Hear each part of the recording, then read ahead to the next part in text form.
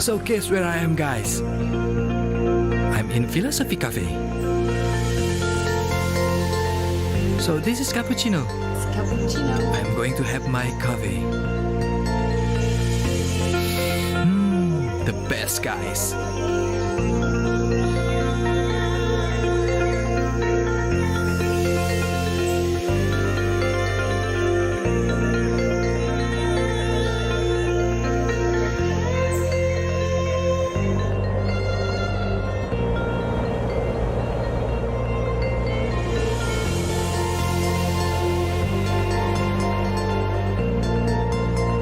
Oh my God! Ratu Boko is so beautiful. Wow! What is this?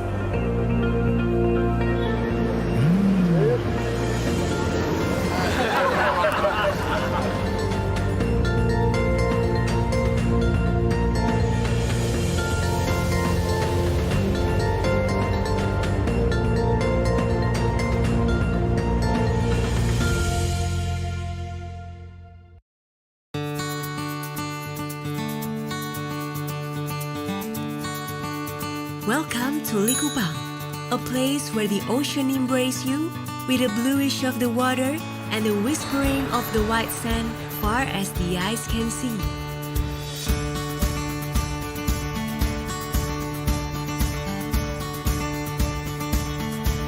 Lying in about 48 kilometers off northeastern of Minahasa, Likupang Beach is full of white sands, surrounded with beautiful green hills, waiting for us to explore it.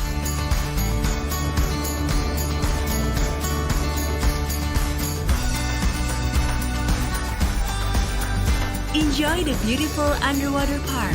You're welcome to explore every corner of it.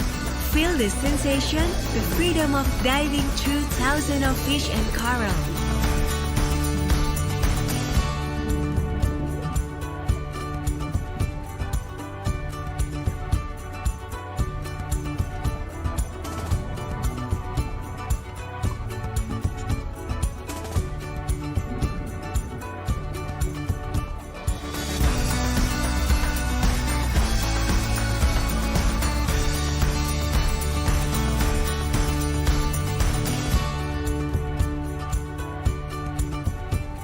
Or just play golf in our luxurious golf course.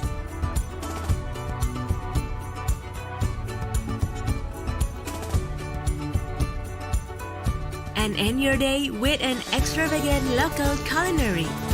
Traditional cultural heritage is there for you to feel, for you to understand, and to embrace you as you are part of it.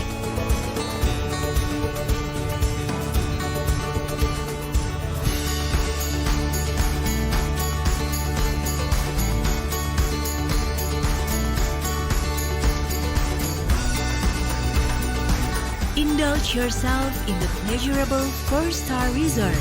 Challenge yourself with many kinds of water sport.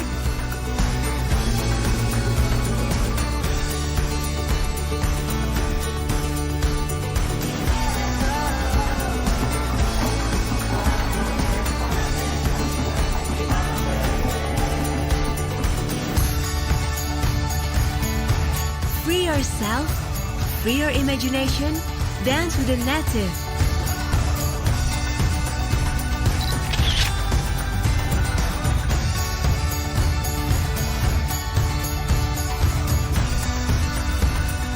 Climb a hill, absorb in happiness, imagination indefinitely, here at Likupang.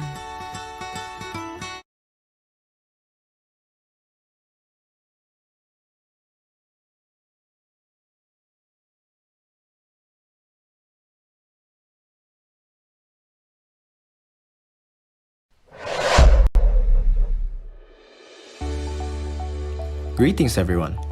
Welcome aboard in this amazing journey. It is a pleasure for us to have you all here today. Allow me to take you on an expedition into the life of a medical student of the international class of the best medical faculty in Indonesia, the Faculty of Medicine, Universitas Indonesia. Arriving at the first year of your study, you will meet lots of new friends, those who will turn into family, and accompany you throughout your entire journey. You will also go through a variety of subjects that serves as the foundation for the more complex medical subjects coming up ahead. The Faculty of Medicine Universitas Indonesia doesn't just equip you with the knowledge and skills to become a doctor, but also offers a collection of platforms for students to develop themselves holistically, starting from organizational programs, sports activities, and also artistic skills. Coming into the second and third years, students will be given the opportunity to develop their clinical skills.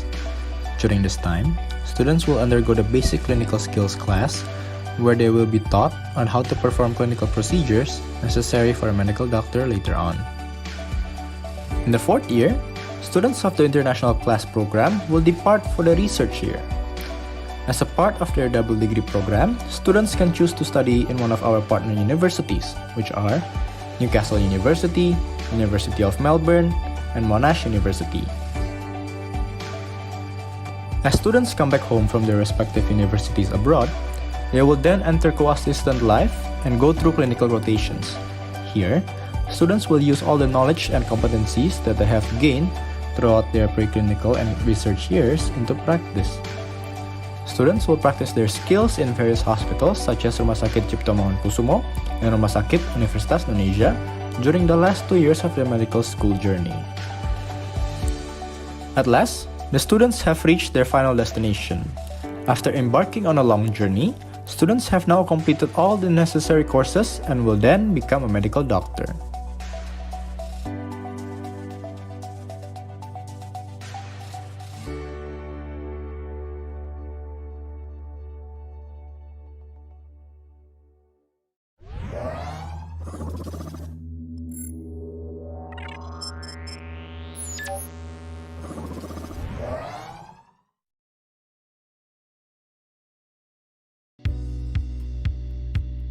In this digital age, information technology has become an integral part of human life. People use technology to facilitate all kinds of activities in various aspects of life, such as the economy, education, transportation, social, and health. Established under the name of Computer Science Center of Universitas Indonesia in 1972, the Faculty of Computer Science Universitas Indonesia is based across 2 sites, Depok, West Java, as well as Salemba, Jakarta, both located in the Greater Jakarta area. The faculty is the unique place for people who are curious and passionate about innovating and working in technology, especially in the fields of computer science and information systems. The fields of computer science and information systems are both related to technology, but there is a fundamental difference between the two. Computer science is about developing technical solutions for problems such as operating systems, algorithms, multimedia, information security, artificial intelligence, data science, and others. While the information system is about applying and integrating these technical solutions to address organizational or business problems. A computer science academic program is designed to include extensive knowledge in computer science, ranging from basic knowledge such as programming and how the computer works, up to advanced knowledge such as software engineering, artificial intelligence, and infrastructure and security. On the other hand, an information system academic program does not only include basic knowledge, such those studied under the Computer Science Study Program, but also the foundation in the fields of business administration and management, which help prepare students to develop, utilize, and manage information systems or information technology.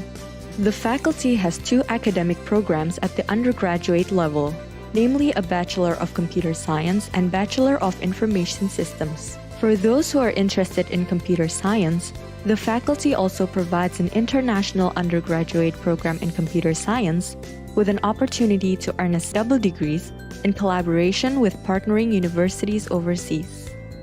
At the master level, the faculty offers a Master of Computer Science and a Master of Information Technology programs. For both of these master's programs, the faculty also provides an opportunity for students to complete them through a double degree with an international partner university. At the doctoral level, the faculty offers a doctorate in computer science program, which has produced many leading scientists and researchers in the fields of computer science and information systems. Faculty of Computer Science Universitas Indonesia has a vision as a center of excellence in computer science and information systems that is recognized by the international scientific community, well organized, and contributes significantly to increasing the competitiveness of Indonesia as a nation.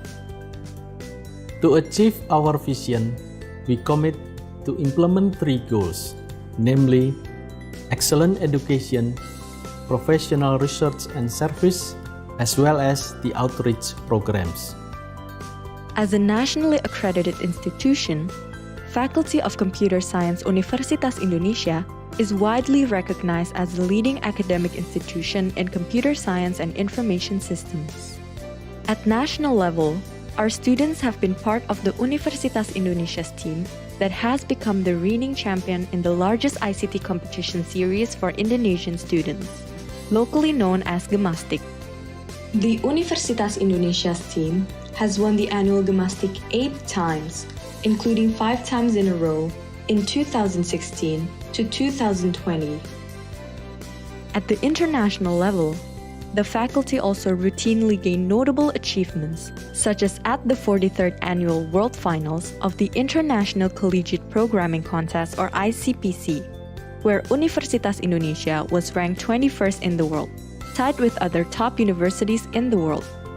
The excellence of education and research at the faculty is also recognized by various international ranking institutions.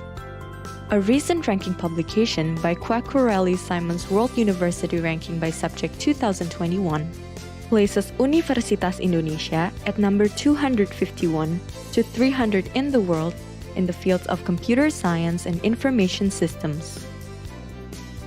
The faculty has a team of excellent teaching staff who graduated from various top universities in the world.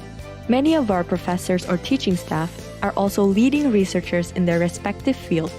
Equipped with strong pedagogical skills and educational background, our professors or teaching staff are ready to produce a new generation of experts in the fields of computer science and information systems.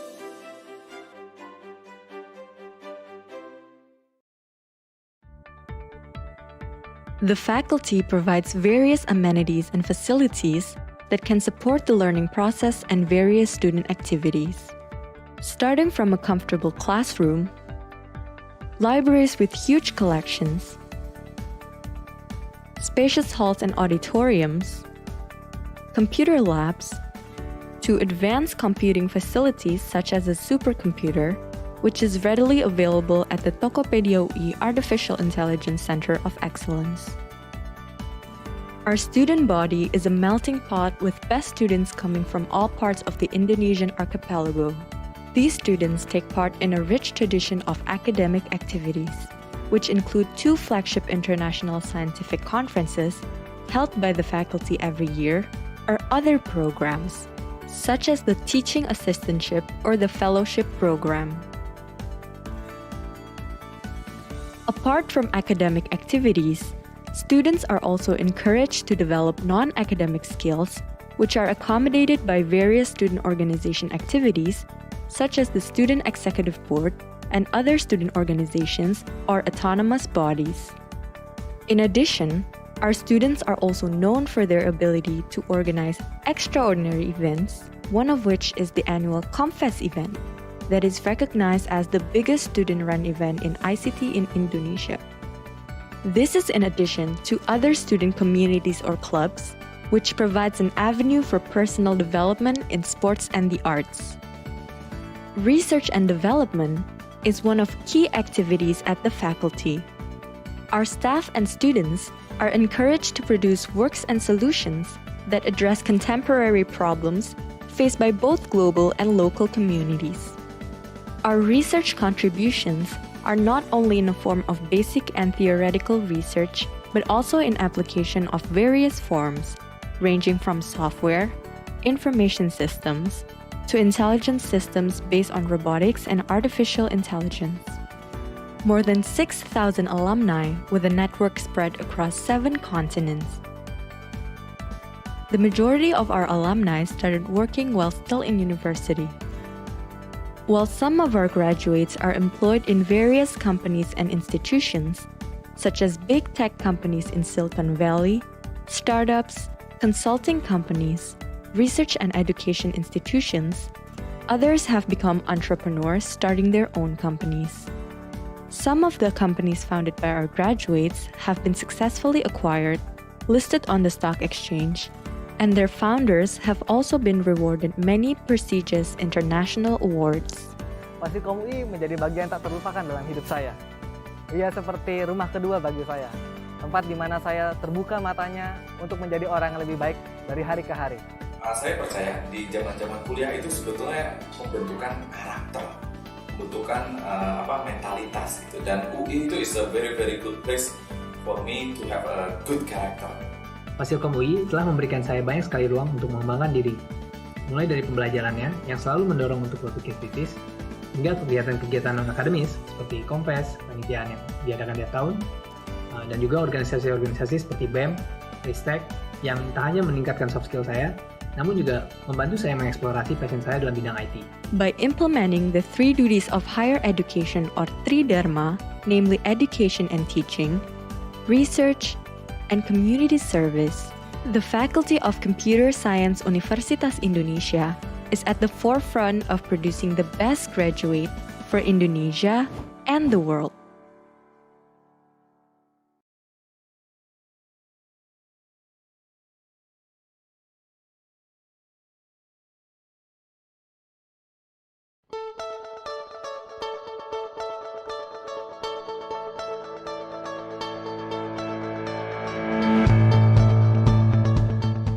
The Faculty of Economics and Business, University of Indonesia, FEBUI, is a modern, dynamic, and welcoming campus, a place to study for the nation's future leaders.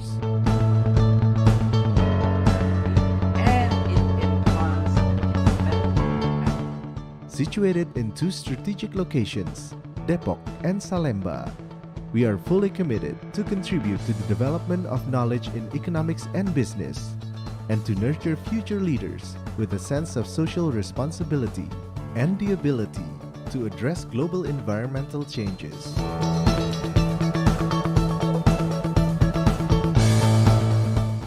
For over 65 years, we have produced the country's best graduates that will potentially play important roles both in the Indonesian government and the private sector. So my name is Thijs Hesselmans, I'm from Blanda, and one of the many things I like about Fakultas Ekonomi and Business Universitas Indonesia is that the campus is really green. It's wonderful.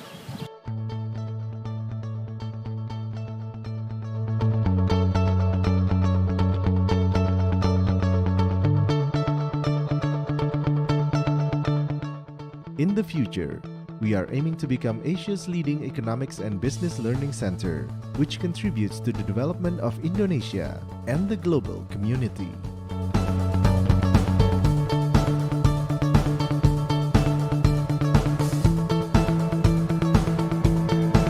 FEBUI has 3 departments: the Department of Economics, the Department of Management, and the Department of Accounting,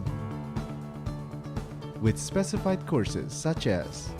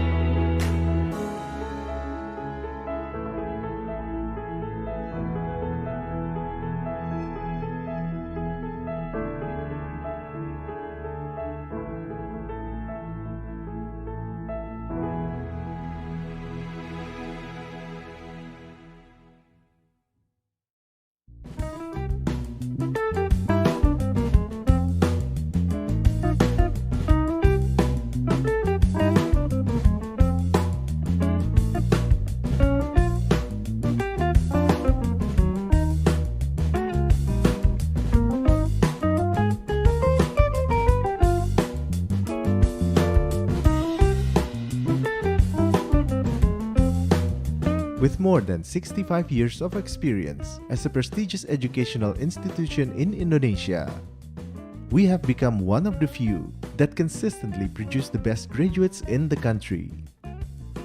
The development of FEBUI is not only limited in the standard degree education, but also in non-degree education, research, and consulting. Through cooperation, we always strive to provide benefits for both parties involved. Hi, I'm Narumi Ishikawa from Japan Chiba University. Thank you for FED to expanding my knowledge.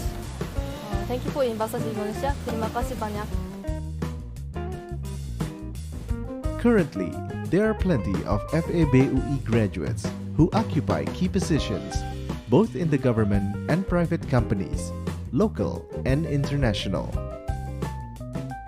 The Faculty of Economics and Business University of Indonesia welcomes the entire academic community with open arms to achieve a bright and successful future together. Part of FEBUI. Be part of FEBUI for a better future. FEBUI, massive campus with great people and unique local food.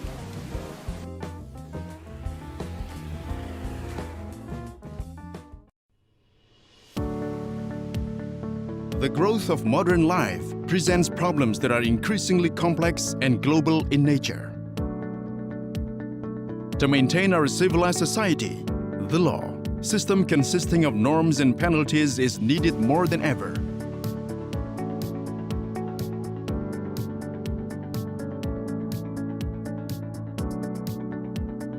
The Faculty of Law, one of 14 faculties at the University of Indonesia, is determined to shape competent law experts to meet the needs and to answer various legal challenges in modern Indonesia.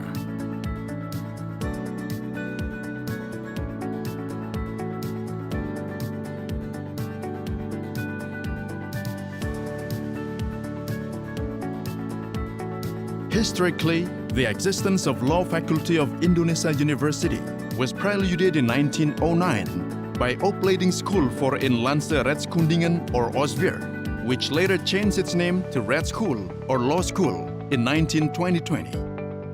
Then on 28 October 1924, the Dutch colonial established School or Law College.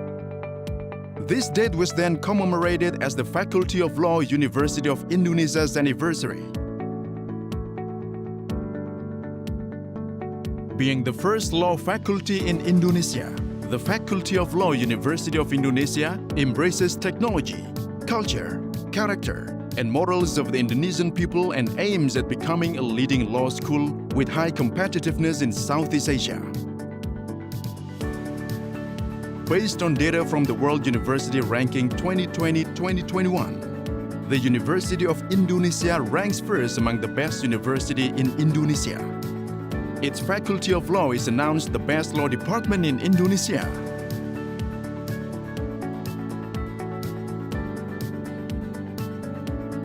The Law Faculty of Indonesia University offers 4 academic programs: undergraduate, Master of Laws, Notary, and Doctor of Laws program. In collaboration with leading universities abroad, the Faculty of Law University of Indonesia offers a double degree program where graduates will get 2 degrees from 2 universities at the same period. The foreign partners of the Faculty of Law University of Indonesia include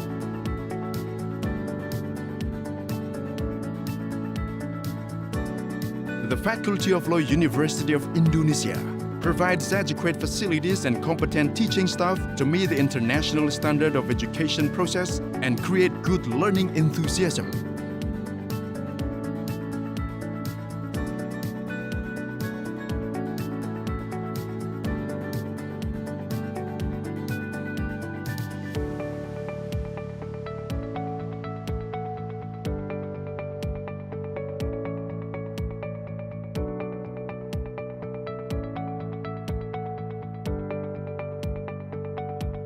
The campus presents green atmosphere, where only 25% of the 320 hectares of area is used for academic activities, The rest provides students with urban forests, lakes, parks, and beautiful tracks.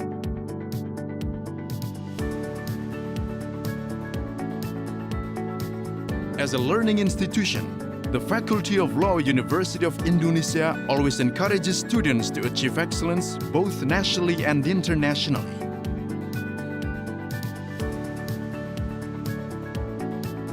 The Faculty of Law University of Indonesia has provided this nation with prominent law figures and created alumni who contribute in many fields. Dengan komitmen yang kuat terhadap visi dan misi Fakultas Hukum Universitas Indonesia, kami percaya kami mampu menjalankan peran dalam upaya memajukan peradaban bangsa dengan mencetak insan-insan yang cendekia. More than just a law school, the Faculty of Law University of Indonesia is a tradition, a commitment to build a better Indonesia.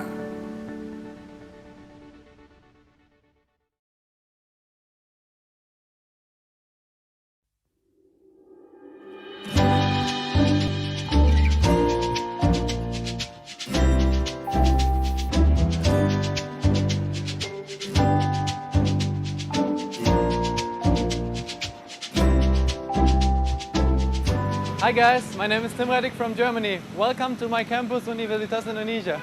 Hi, my name is Hwang Seon-young. I'm from Korea. I'm a student of International Undergraduate Program in Communication, Universitas Indonesia.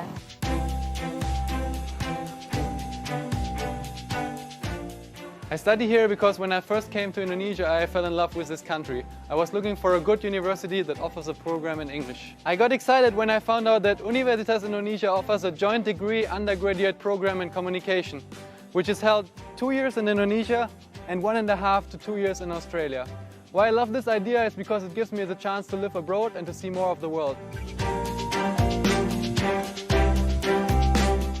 This program offers 2 majors, public relations and advertising.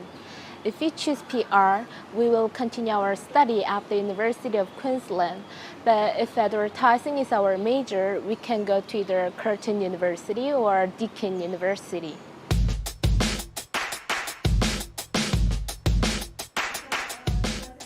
I like the program because it's very practical. In Germany, most of the lecturers are academics or professors, but here most of the lecturers are actually practitioners, so they can share a lot about the advertising or public relations industry. Plus, they have a lot of international experiences because they have studied or worked abroad.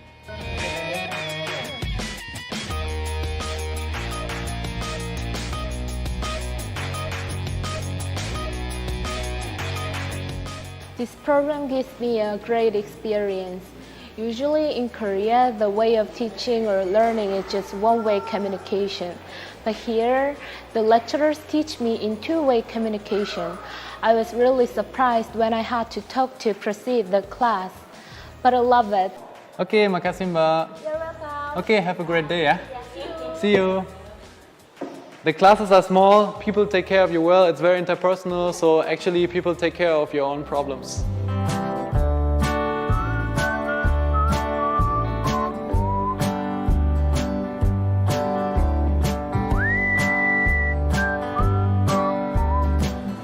I study in the class for 15 hours a week, so I have plenty of time to do many things here. Usually after the class, I go to the library. This is my favorite place in UI. It has good atmosphere for studying, relaxing, or whatever.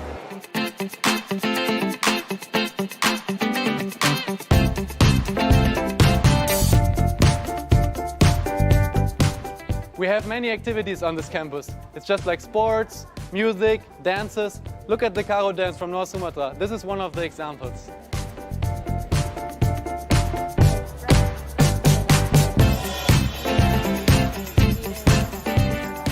Here, I usually meet my friends from Korea and from other countries. It is easy to make friends with international students because in UI there are many exchange students and full-time international students like me.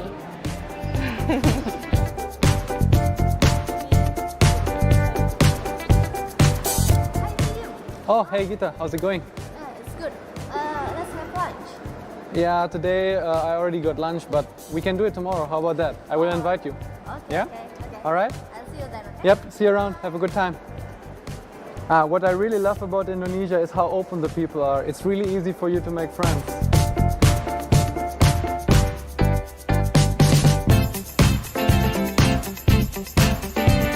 I like my Indonesian friends. They are polite and friendly.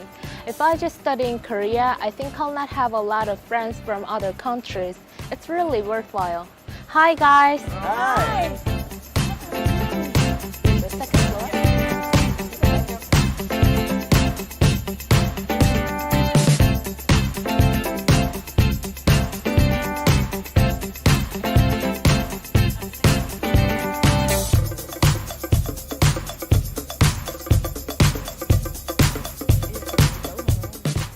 UI is a big campus. It's about 300 hectares.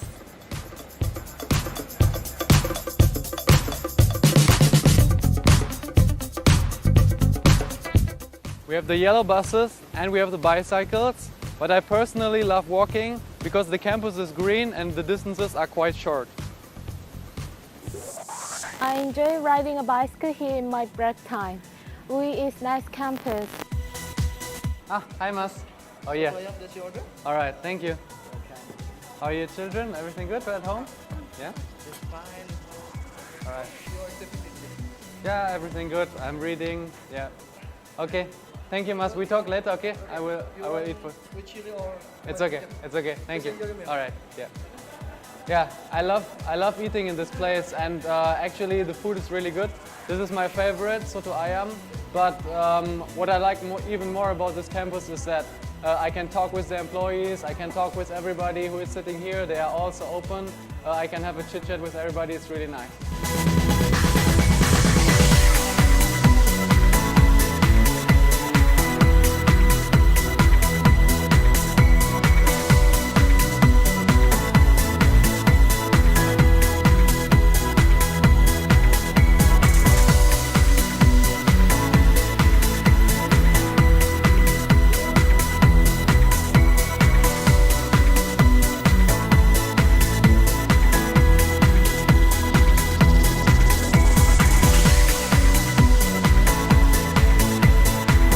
After graduating from this program, I'll get 2 bachelor degrees from UI and from Australia University.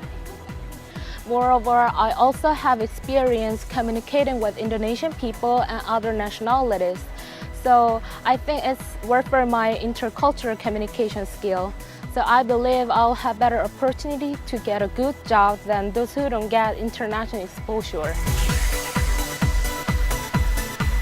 I want to have a career in Asia. I want to help local people and foreign people to cooperate and to work together effectively. And to do that, I want to open a global consultancy, and this program helps me to do just that perfectly.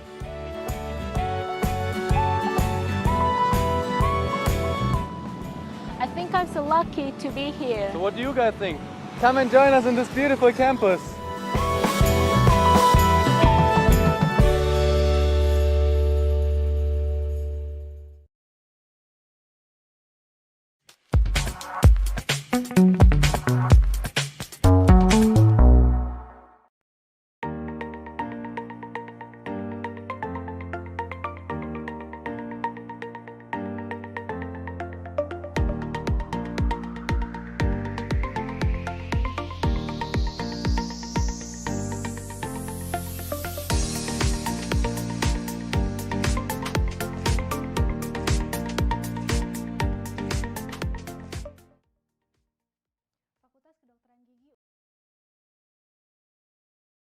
Recording in progress.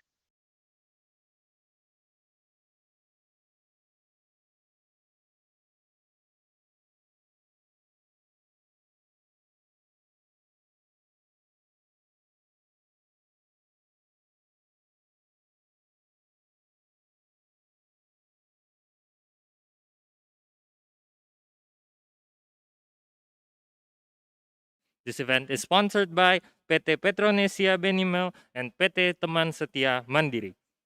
Good morning, everyone. My name is Rafi, and I'll be acting as your MC for today's event.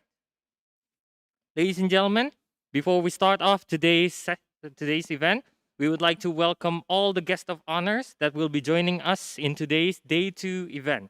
We are delighted to have Professor Dr. Fatma Lestari, Director of Disaster Risk Reduction Center, Universitas Indonesia, Professor Carl Kim from University of Hawaii at Manoa, Professor Dwi Korita Karnawati from the Indonesian National Agency of Meteorological, or BMKG, and then Dr. Mizan Bustanul Bisri from Kobe University and U Inspire Indonesia, and Dr. Alexander Hamilton from United Nations Interregional Crime and Justice Research Institute.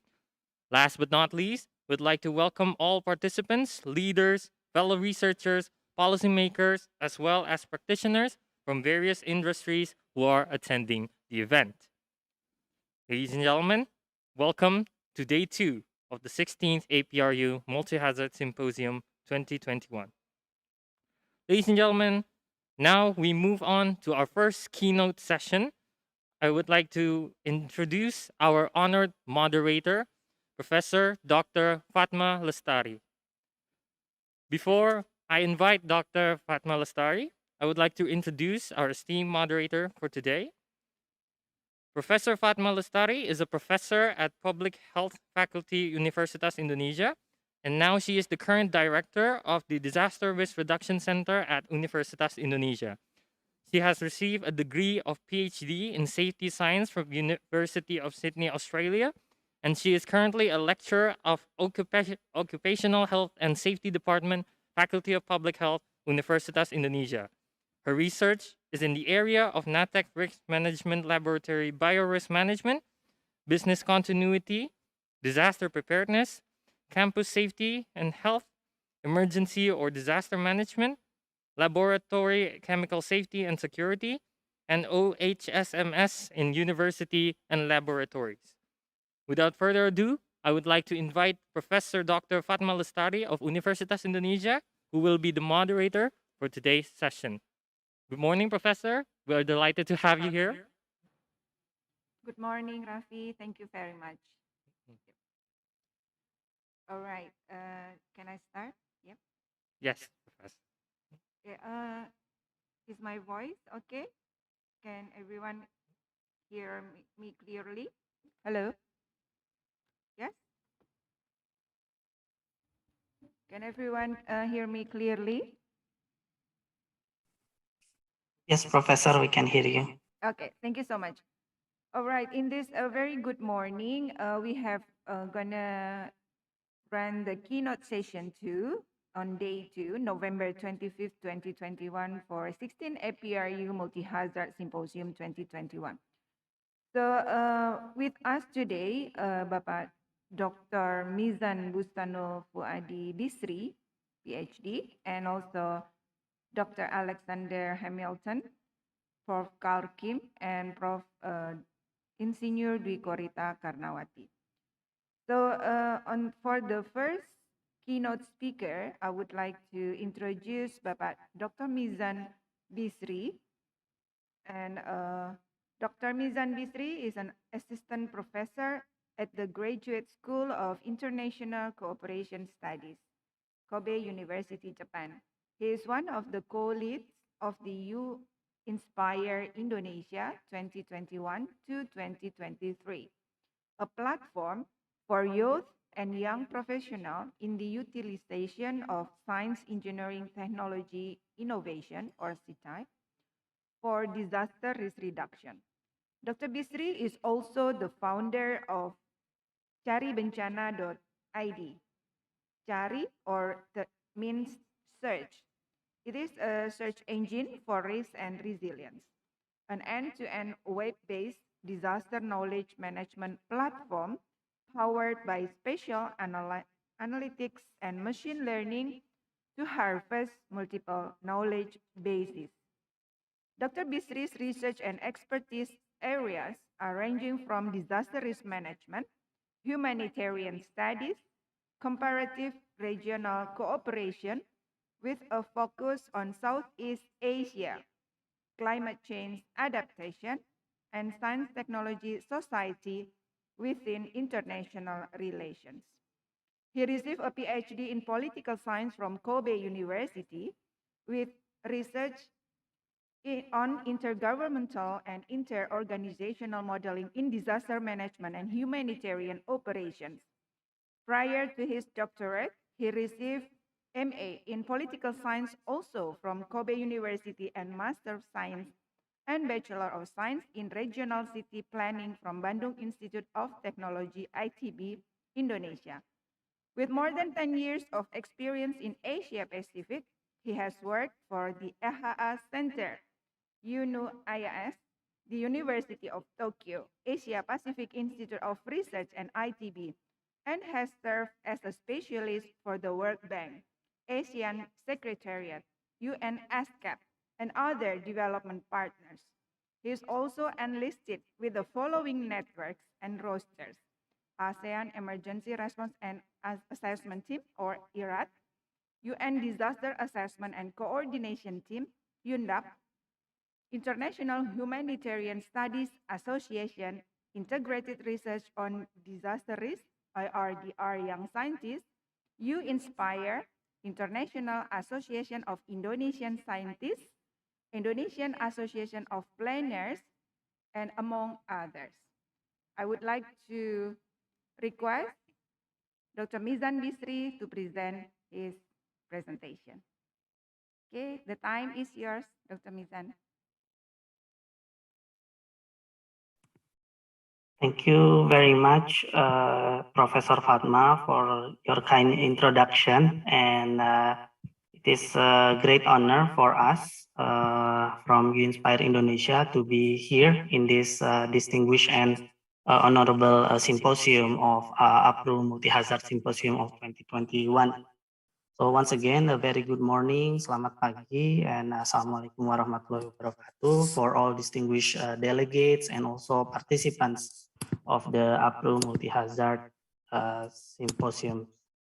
As introduced by Prof. Fatma, my name is Mizan Bistri, and today I would like to be I will share as a spokesperson and also representative of the youth and young professional in science, engineering, technology, and innovation for disaster risk reduction, or U-Inspire for short, in particular highlighting or sharing the stories from Indonesia and also the movement at the Asia Pacific level through the U-Inspire Alliance in this important forum.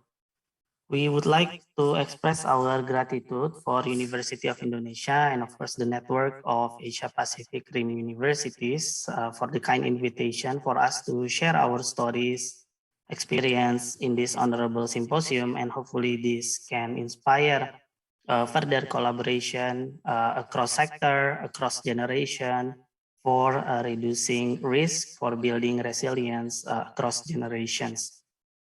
In this context, we would like also to congratulate University of Indonesia for this successful symposium, especially members of U-Inspire Indonesia within the symposium committee, and also, of course, would like to express our gratitude because the symposium committee has also kindly invite many members of U-Inspire Indonesia and also other chapters of U-Inspire as chair, co-chairs, and also a part of the scientific community of this important symposium.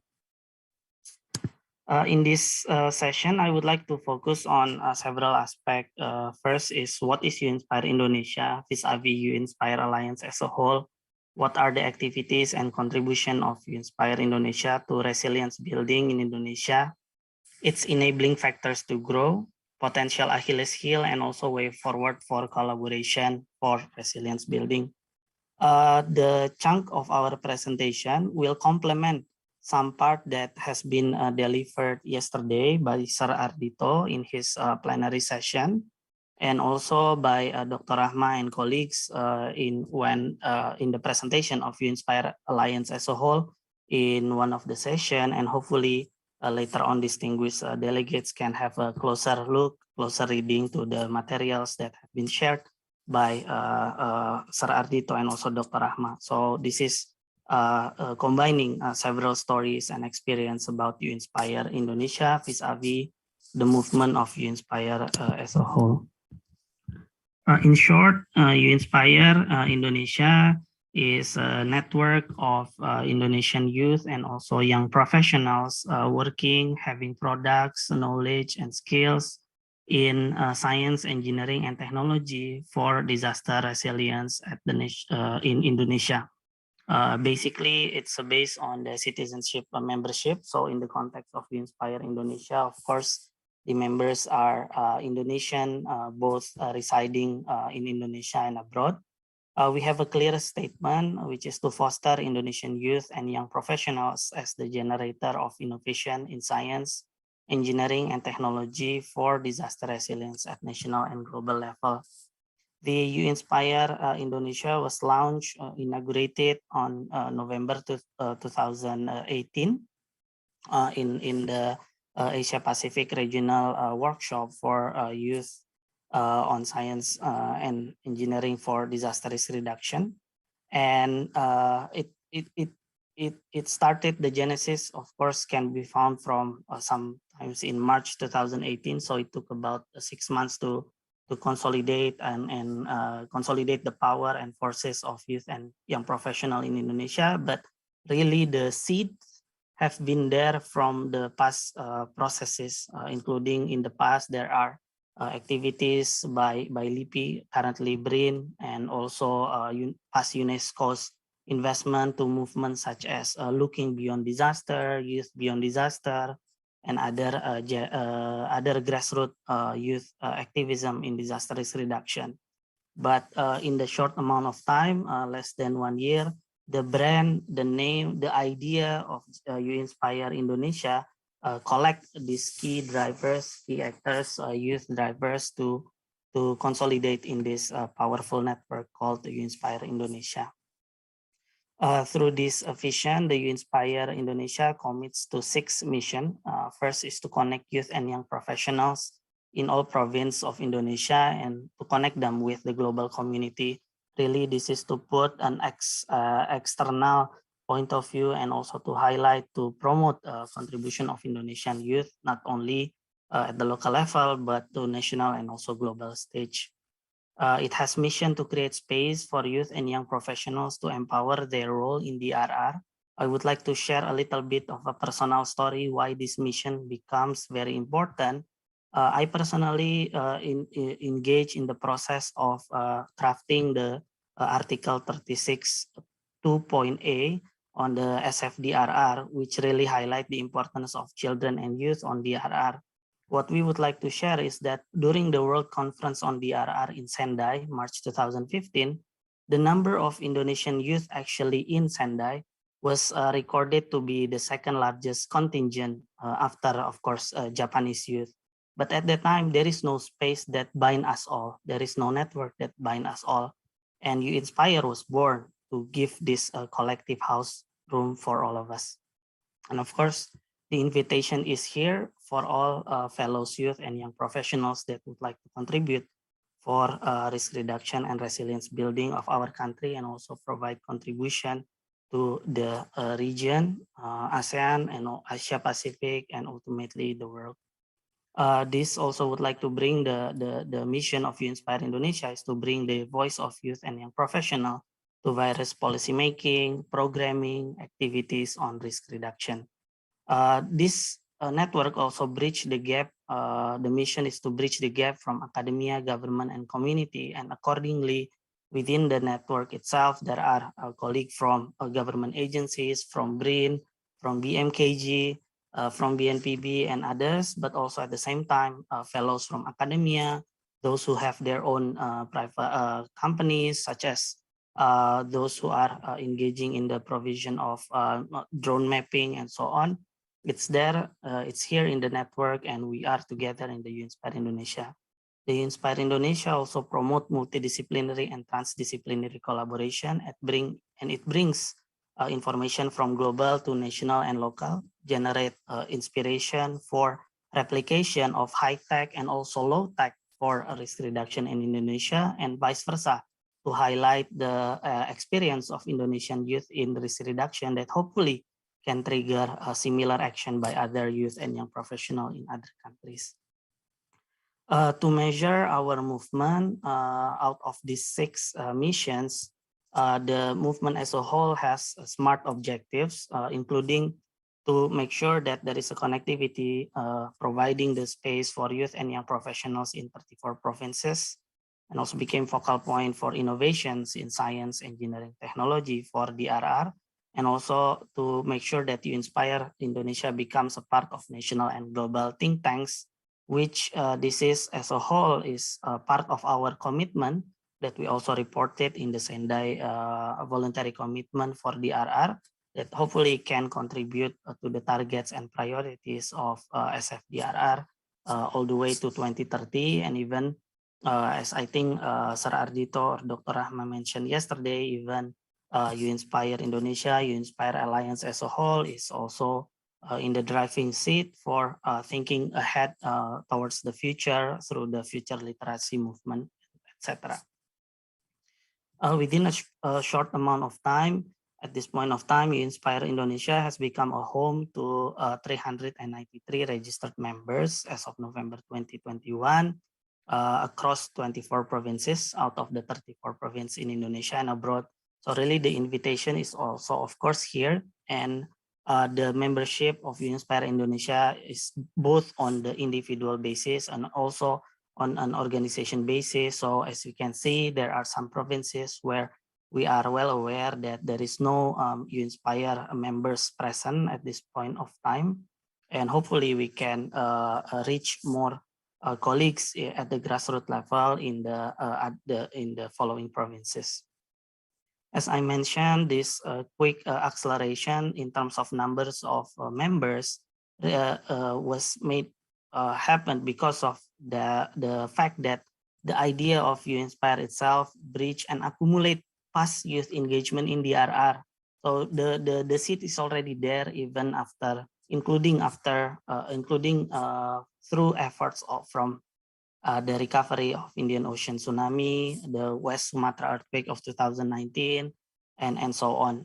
There are movements such as the activities such as of Compress LIPI, ASEAN Youth Volunteering Program, grassroots members such as grassroots movements such as Indonesian Youth for DRR, Bandung Disaster Study Group, and so on, which if we look now, maybe they are no longer existed, but the personnel, the key members now reinforce and join the movement of You Inspire Indonesia.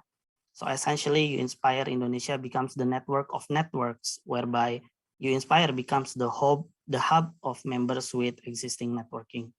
It also combines wealthy experiences of collaboration between and also among members.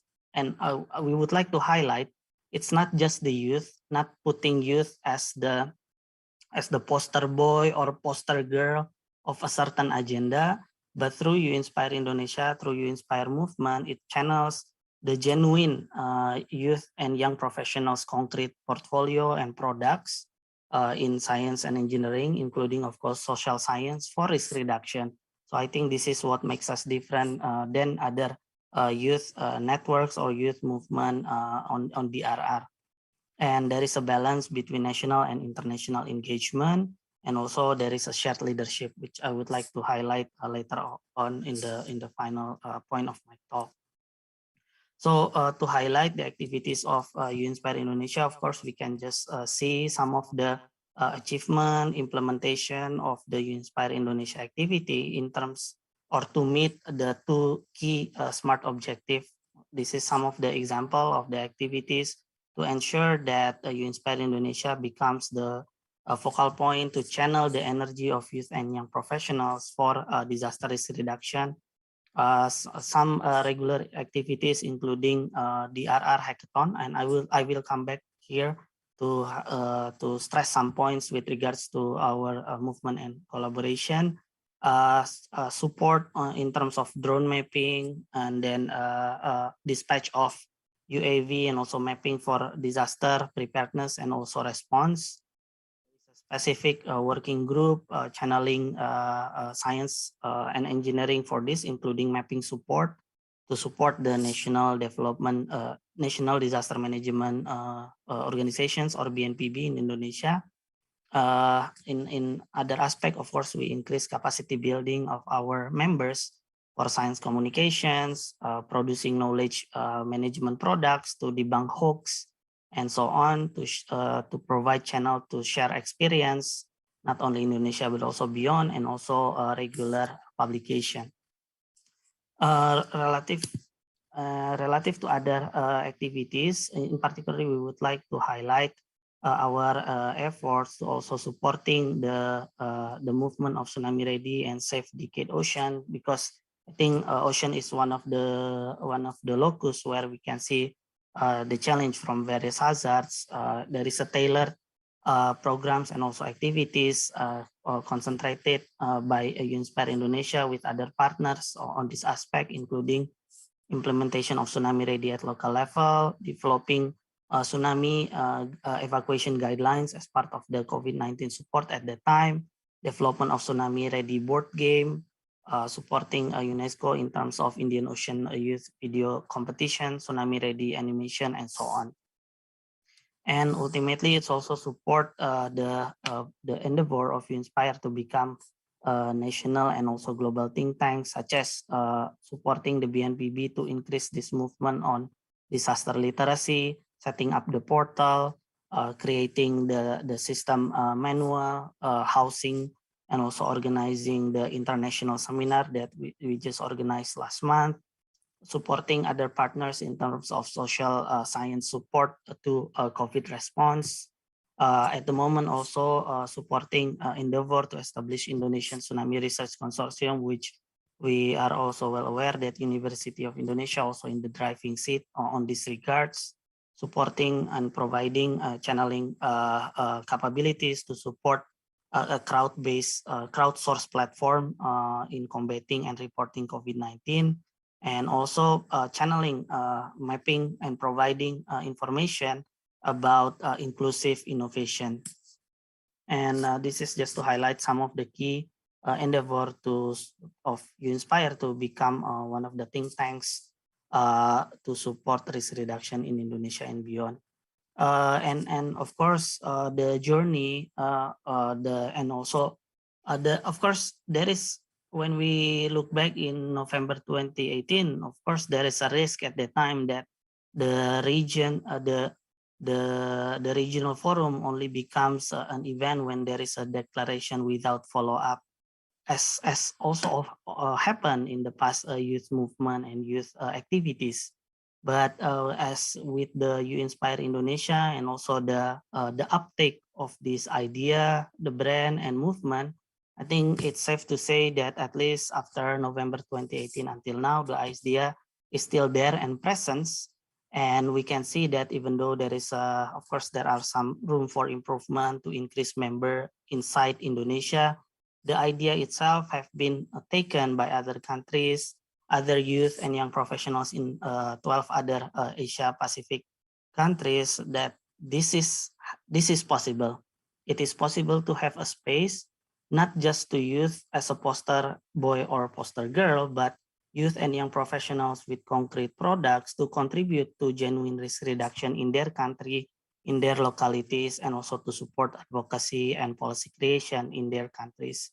So this is where the ideas get diffused to from one country to another. And of course, as the network grows, it's not only for SFDRR, but then we learn, we also understand, and we grow the portfolio of activities to also support the broader context of SDGs and also in the next decade in terms of the safe ocean.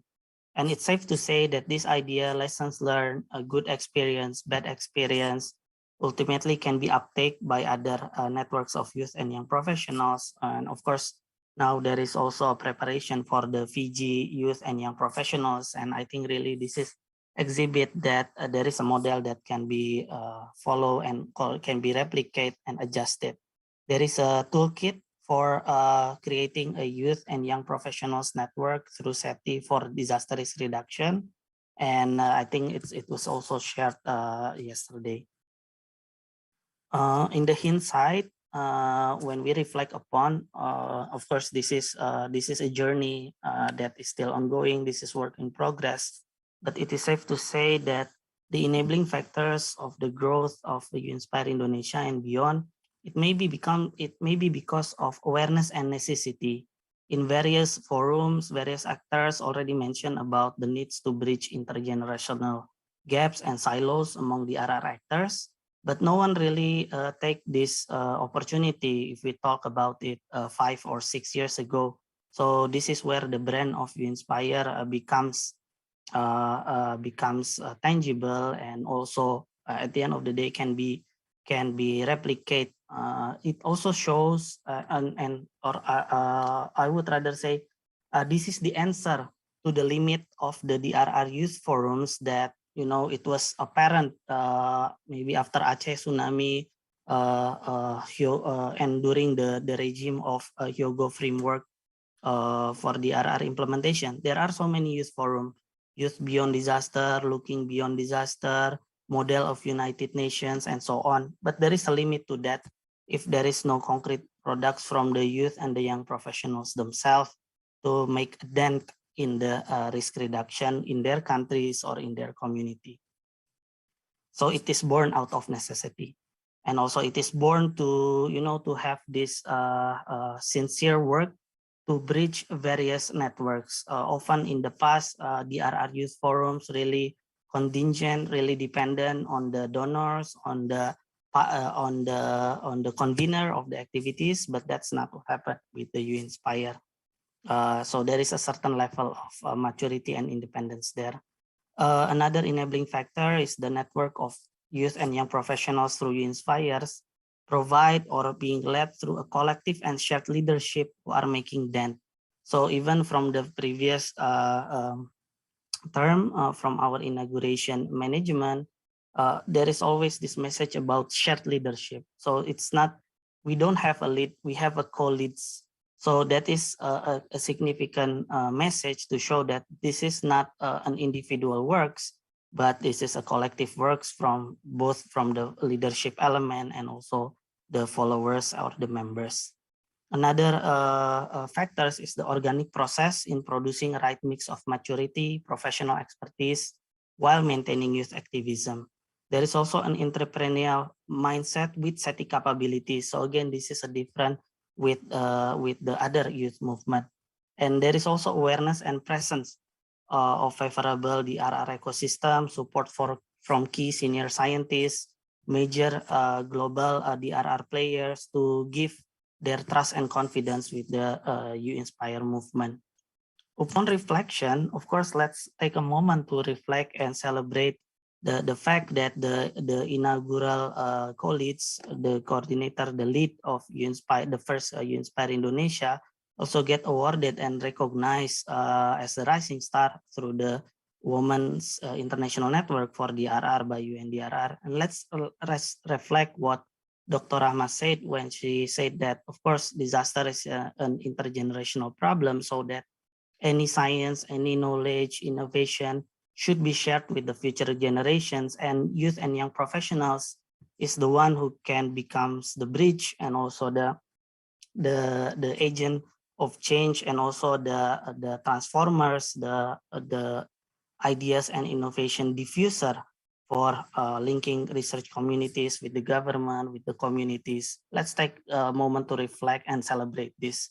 And of course, let's reflect what does it mean for Indonesia and also for the youth in general with the recognition of Dr. Rahma through the WIN, the RR Leadership Awards. It's to show that there is a space and there is a meaningful space, not to just be there, but also to share and to push our concrete technology and innovation products for risk reduction.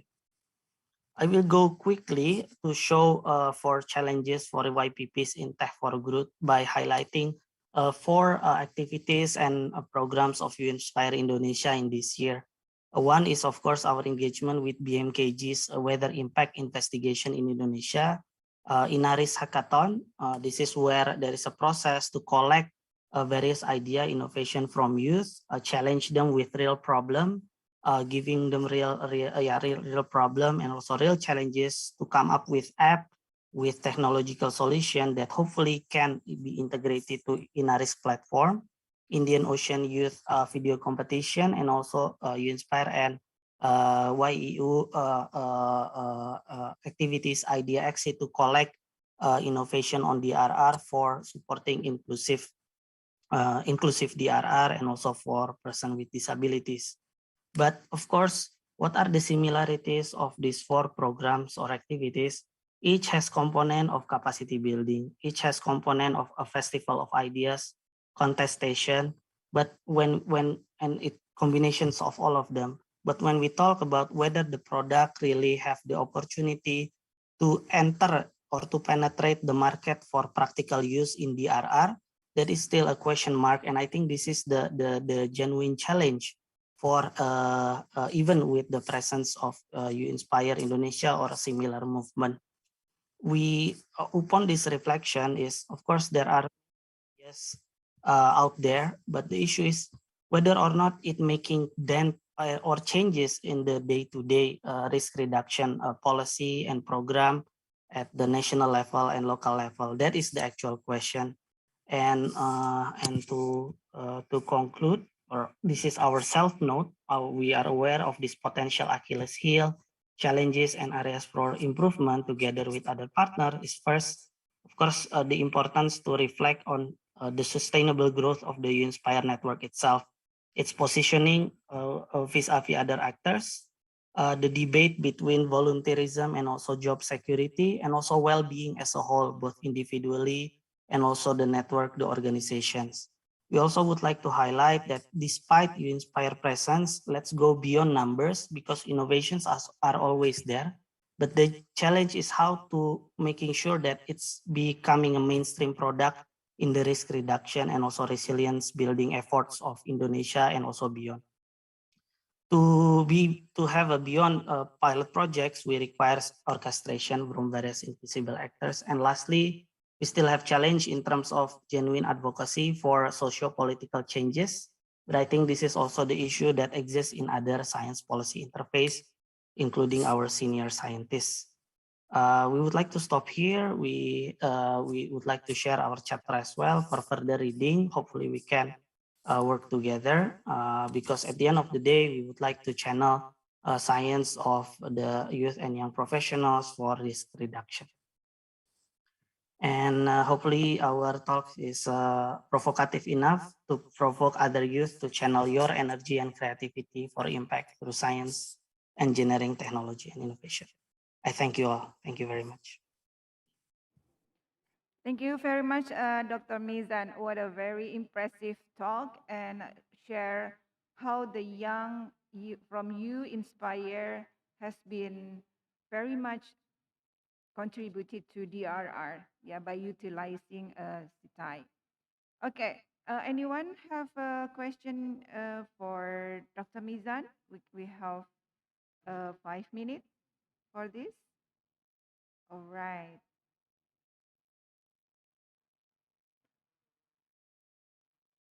Yeah, okay. From the chat box, I already checked. Maybe I can have a question for you, Dr. Mizan. Yep. What's actually your and You Inspire Indonesia, the strategy? What is basically the strategy so the You Inspire can have a very, very deep involvement in various sectors?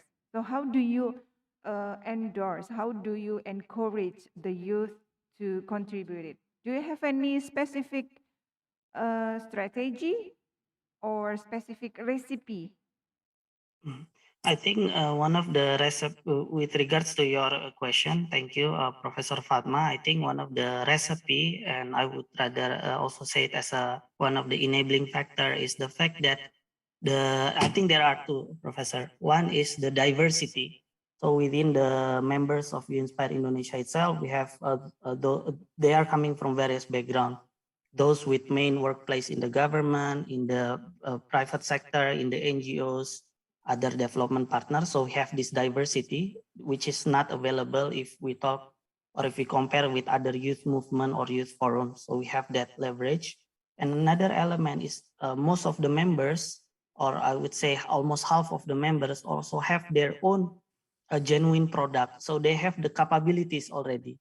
Often the past youth activities in DRR, Professor, often it focus on the capacity building of the youth itself. But in the You Inspire movement, the youth already, grow up and become a young professional with their own, their own knowledge, their own scientific products, technological and innovation. So we have a capabilities as well, genuine, a real solution for the problem. So I think these two combination is I think most important recipe for You Inspire Indonesia to grow, and also the other You Inspire chapters. All right, thank you very much, Dr. Mizan. A very well presentation. And there is one question for you: how to invite youth in the workforce who have the ability but do not have the opportunity and have to work in the industry? So do you have any opinion for this, Dr. Mizan? Please. Thank you very much, Pak Yulian, for your question. I think how to invite the youth in the workforce is, I think, one of the solution or the answer is through You Inspire. This will be one of the channels, the networks that really concentrate on providing the doors, providing the room and opportunities for exactly like your question, those youth with skills and capabilities to contribute to the quote-unquote risk reduction industry of Indonesia. So it's through You Inspire, and from You Inspire, of course, there is possibilities to connect with other actors, drivers in the risk reduction.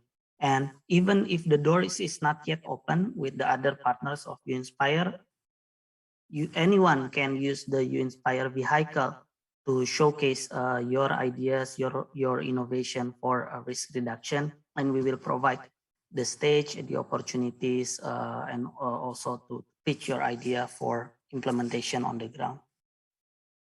All right, thank you very much, Dr. Mizan. And I think one more question. Can the students, particularly for the university, join the You Inspire?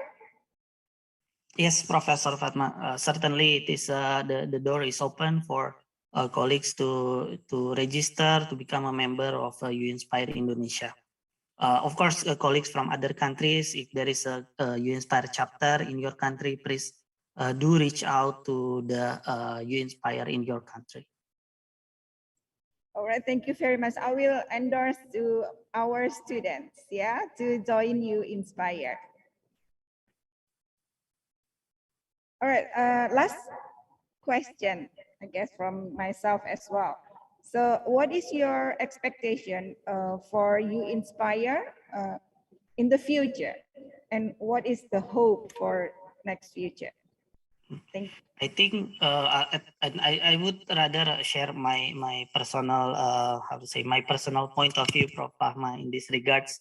Of course, You Inspire collectively, we are working and trying to contribute to SFDRR, relevant SDGs. But my personal hope is that through You Inspire, we can bring closer SDGs that or to channel efforts to achieve SDGs related to environmental sustainability with the SDGs on job creation, really creating or leveraging the presence of this huge amount of youth in Indonesia to have a decent job through businesses, works, technological innovation that also contribute to risk reduction and resilience building of our country.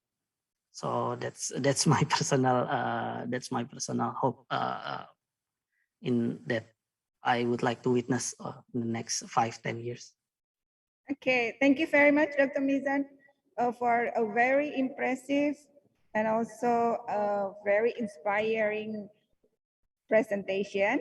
And of course, for those who are the students here and in your universities, are very welcome to join You Inspire. Okay, congratulations also, Dr. Mizan, for the very successful you inspire. Okay, thank you very Thank you much, very much. For keynote session 2, Dr. Mizan. We wish you a success. Thank you very much, Professor. Right, thank you. Now we are going to move to the second keynote speakers, Dr. Alexander Hamilton from UNICRI. Hello, Dr. Alexander. How are you? Good morning, Professor. Very nice to see you. Is there morning there as well? I'm now actually based in the region. I'm calling this morning from Manila, Philippines. Oh, okay, okay. Thank you for your time. All right, let me introduce Dr. Alexander Hamilton. Alexander assumed his post as Regional Coordinator for Southeast Asia in April 2020, continuing UNICRI's long-term support to the implementation of the European Union Chemical, Biological, Radiological, and Nuclear, or CBRN, Risk Mitigation Centers of Excellence Initiative. With UNICRI since 2012, he has worked extensively with partner countries in Southeast Asia and Africa, among other regions, to develop strategic action plans and to deliver capacity building actions that have helped strengthen national and regional capacity to prevent, detect, and respond to CBRN emergencies. Alexander holds a Doctor of Philosophy from the London School of Economics and Political Science, LSE, specializing in risk governance and biosecurity. He has published extensively on these subjects and is a regular contributor to the international efforts dedicated to combating biological weapons. I guess we are very curious to see your presentation, Dr. Alexander. The time is yours. Thank you so much, Professor Fatima. Before I share my screen, please just allow me to thank you and your colleagues for putting on this tremendous symposium. This is the second year I've been invited to present, and it's a great privilege. On behalf of the United Nations and also the EU CBRN Risk Mitigation and program in Southeast Asia, I would just like to thank you and very much welcome this opportunity to share some of my experience with our distinguished participants today.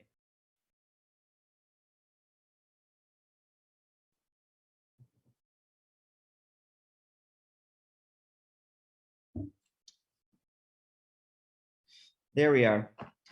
So my name is Alex, and I've been with the United Nations Interregional Crime and Justice Research Institute for many years. And UNICRI, as Professor Fatma mentioned, co-implements the EU CBRN Risk Mitigation Centers of Excellence initiative. And this initiative has now been around for 10 years, and it exists across 8 regions of the world. And my role is as the regional coordinator for Southeast Asia. So there are 10 partner countries that participate in the initiative in this region, and these are the ASEAN countries, including Indonesia. In this presentation, there are 3 aspects I would like to cover. And first, I would like to introduce you to a special category of disaster risk known as chemical, biological, radiological, and nuclear, or CBRN risks. I would also like to summarize or characterize what makes these risks special and why partnerships between countries, between agencies, and between international organizations are essential to mitigate these risks. And lastly, I'll present how the EU CBRN COE is actively building partnerships to address these very risks. So for those of you who may be unfamiliar with chemical, biological, radiological, and nuclear risks, and I know it's a mouthful, which we refer to usually as CBRN. Sometimes in the case of crime and terrorism and warfare, they're described as weapons of mass destruction, or WMD. But for those of you who may be unfamiliar with them, please allow me to briefly characterize what these materials are. So each of these materials pose very severe risks to human health, animal health, and the environment. In the case of chemical materials, These will include very familiar substances like petrochemicals, which are present at refineries and are transported by road, rail, and sea. They also include toxic industrial chemicals such as arsenic, lead, and mercury. And they include perhaps less familiar chemical materials known as chemical agents. And these include nerve agents, blister agents, and choking agents. And these have historically been used in chemical warfare programs. In the case of biological materials, which is my area of specialization, these include very familiar substances, pathogens, so bacteria, viruses, and also biological toxins like ricin. And pathogens are a familiar part of our daily life. They exist in nature. They also exist in research and laboratory settings and in commercial culture collections. There are then radioactive materials, and radioactive materials release ionizing radiation that can damage human cells and our genetic material. Radiological materials typically release relatively low levels of ionizing radiation, whereas nuclear materials, which are processed and developed in the context of nuclear energy, release very high levels of ionizing radiation and pose a severe risk to human health and the environment if released in an uncontrolled way. And of course, they can also be used in the case of nuclear fission for nuclear weapons. So that's a brief introduction to the kinds of materials that we're talking about. But what about the risks? So we're not just interested in acts of terrorism and warfare, as you might expect from the name of my institution, crime and justice. We're equally interested in natural, so disease pandemics, accidental, things like industrial accidents, deliberate, things like bioterrorism, and also multi-hazard risks. So multi-hazard risks are very common in this domain. So we can have, for example, a typhoon that impacts a industrial or chemical plant that releases toxic chemicals into the environment and poses a risk to humans, animals, and plants. And so we can have multiple hazards that are acting at the same time, making this a very complex space. So let's try to put these risks a little bit more in context. For many of us, we'll be familiar with the anthrax letter attacks of 2001. These shortly followed the terrible 9/11 terrorist attacks in New York City, and they really changed the world. They involved the distribution of letters containing anthrax spores, which are a bacteria, and they caused 5 deaths, 17 others were infected, and it cost $1 billion USD approximately in cleanup costs and decontamination. These letters really signal to us the challenges and threat posed by biological terrorism. So that's the deliberate misuse of pathogens or biological toxins. In this instance, an FBI investigation secured evidence that suggests that the letters came in fact from an insider. So not a typical criminal or terrorist group, but rather a researcher working for a biodefense establishment. This individual had privileged access to the anthrax spores that were used in the attack, and he chose to misuse these materials in an act that truly changed the world. It resulted in new policies and regulations worldwide. It also helped stimulate the introduction of the UN 1540 Committee, amongst other global changes. Shifting to a different category of CBRN risk, here's another real-world event. In 2003, in the country of Georgia, there was a smuggling attempt involving 170 grams of highly enriched uranium. This material fortunately was intercepted by police at the Armenian-Georgia border crossing, but it really signals the threat posed by cross-border trafficking of hazardous CBRN materials, and in this case, materials that could have been used potentially in a dirty bomb, or even further processed and refined and used in a nuclear weapon. So a very serious threat, but fortunately it was intercepted.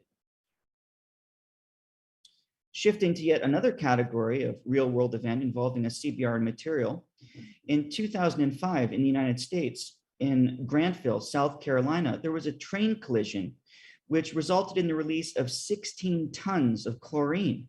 And this uncontrolled release into the environment resulted in 9 deaths and 72 hospitalizations. There have been many other instances of this kind, These are industrial accidents that could happen, as I say, at refineries, but also during the transportation of a variety of chemical agents. And these are very, very common.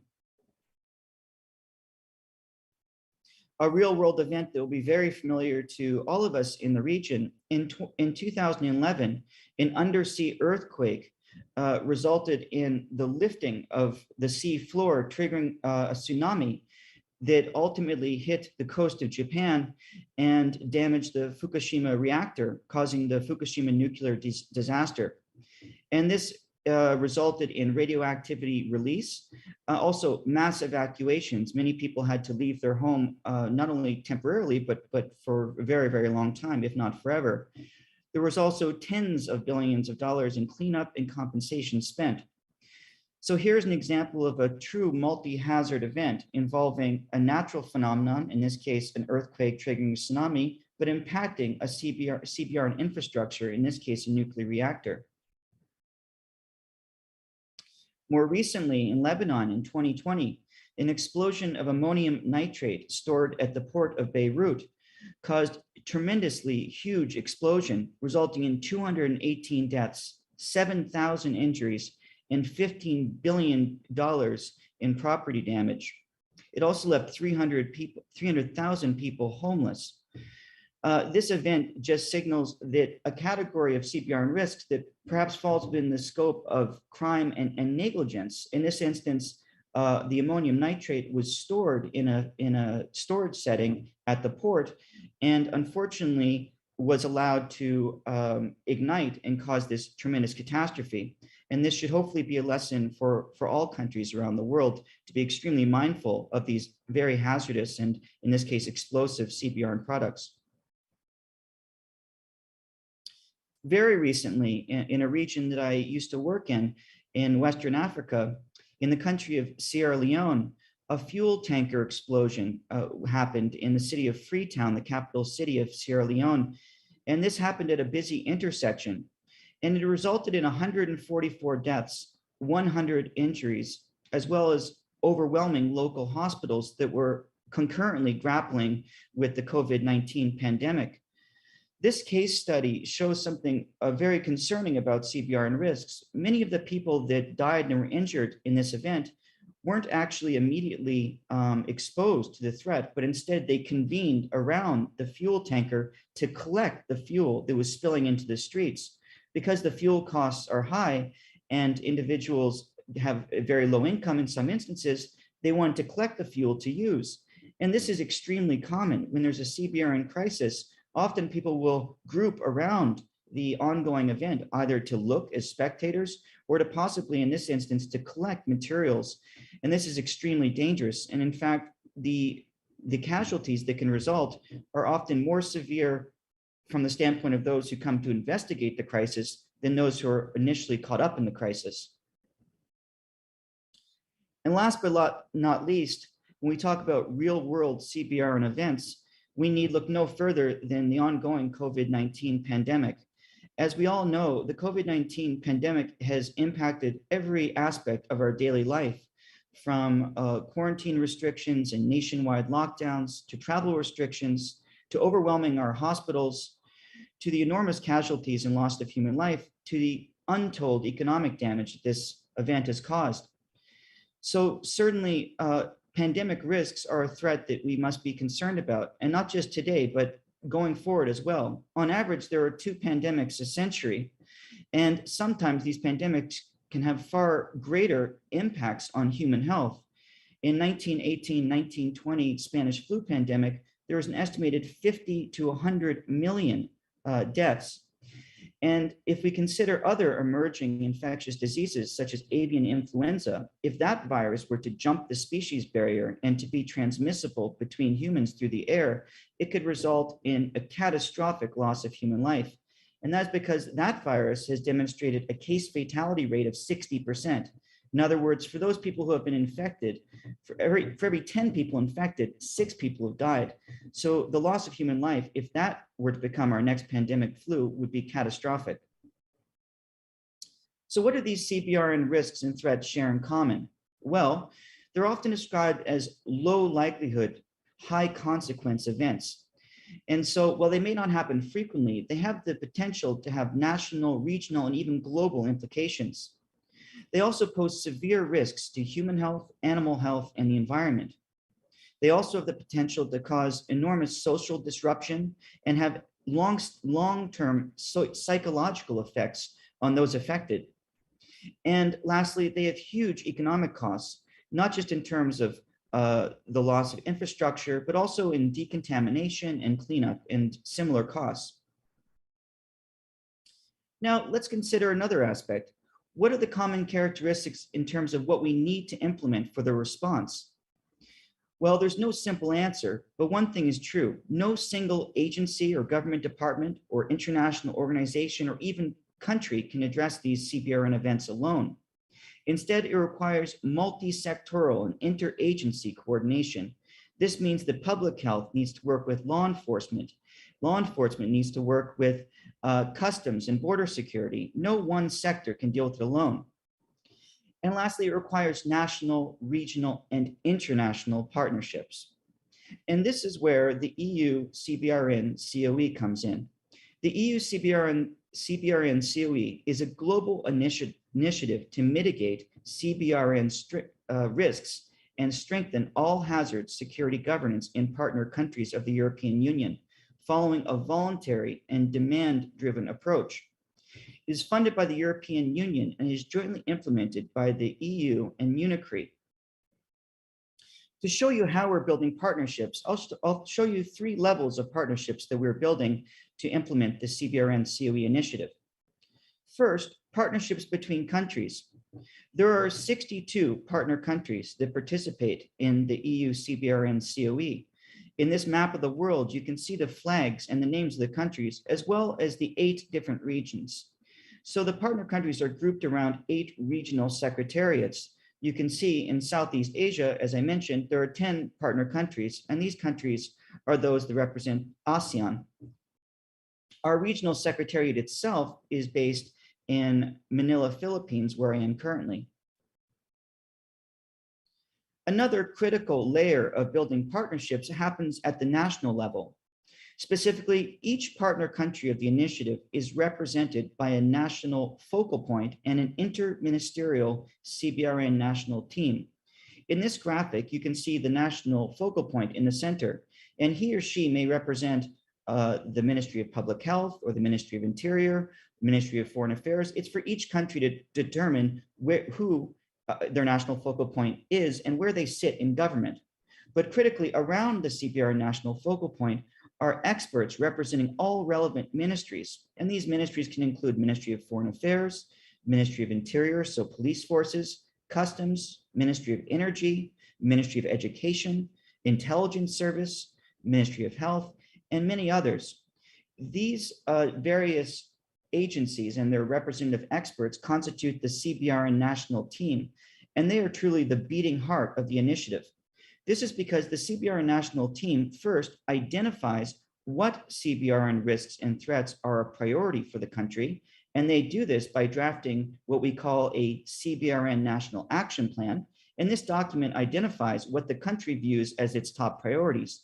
For example, one country that has a very robust chemical sector may say, well, we have many chemical facilities and many hazardous chemical transports happening, so we want to prioritize that risk.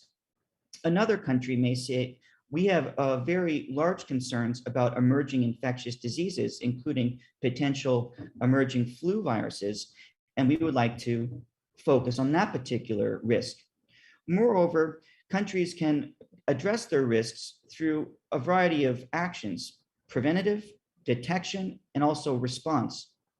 And lastly, this strategic document, the CBRN National Action Plan, identifies specific priorities for capacity building. For example, a train the trainer course that helps first responders address a CBRN transport accident, or training for laboratory personnel in areas of biosafety and biosecurity. The CBRN National Team then is the direct recipient and also implementer in many ways of the project itself. And so they will receive training, and in the future, they will become the trainers in their country to help strengthen capacity in a sustainable and long-term manner. And lastly, another layer of partnerships that is essential to the EU CBRN COE and to the United Nations system also is that we partner with other international and regional organizations, from ASEAN to the World Health Organization, to the Biological Weapons Convention, to OPCW, IAEA, and Interpol, and many, many others. To give you just one example, consider a space like the chemical threats. Well, we can't just work independently of the OPCW, who handles many chemical aspects. We need to have an engagement with them. And if this chemical risk involves maybe chemical terrorism, then it makes sense to work with Interpol, which deals with law enforcement aspects. In the case of biological risks, say the ongoing pandemic or the threat of bioterrorism, we need to work with the World Health Organization, the Biological Weapons Convention Implementation Support Unit, as well as the Food and Agriculture Organization of the United Nations, and the World Organization for Animal Health, among many others. So this is truly an international and interorganizational collaboration. To provide just one example of some of the activities we've been doing during the last year, well, we haven't been able to do in-person country visits and trainings. We have been able to implement a very successful regional webinar series dedicated to sharing knowledge and experience on COVID-19. And this webinar series was delivered by the Regional Secretariat, where I sit, in coordination with our national focal points and the partner countries from the region. And in fact, there have been 17 webinars to date, and 11 of these have been directly led by partner countries. And so this is providing an opportunity for our partner countries to share knowledge across the region. We understand that a huge amount of expertise resides in the region, and so we want to be able to activate and mobilize that expertise to help empower and educate and strengthen the knowledge of the entire region. So I would be delighted to tell you much more about other activities that we're doing, but I hope this gives you a snapshot of how we're developing partnerships to combat CBRN risks and what we hope to achieve in the future. We hope to be around for many years and to continue to support not only Southeast Asia, but the other 7 regions we work with. Finally, before I close, please allow me to share a video with you that offers a snapshot of the EU CBRN COE.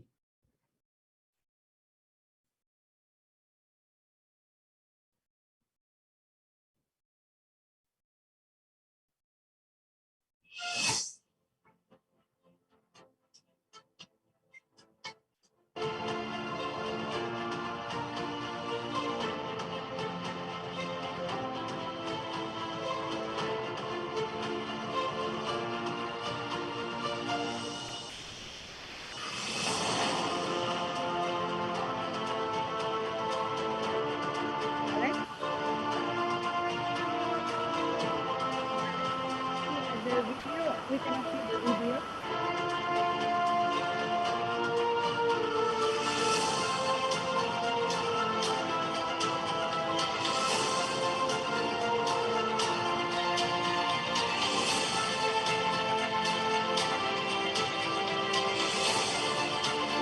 Alex? Alex, we cannot see the video, Alex.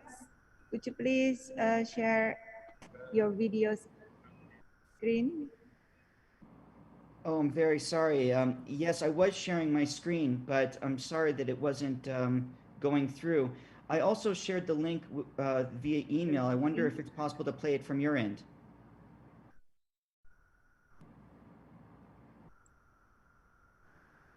Alternatively, I can try to share my screen again, but I'm not sure why it wasn't showing.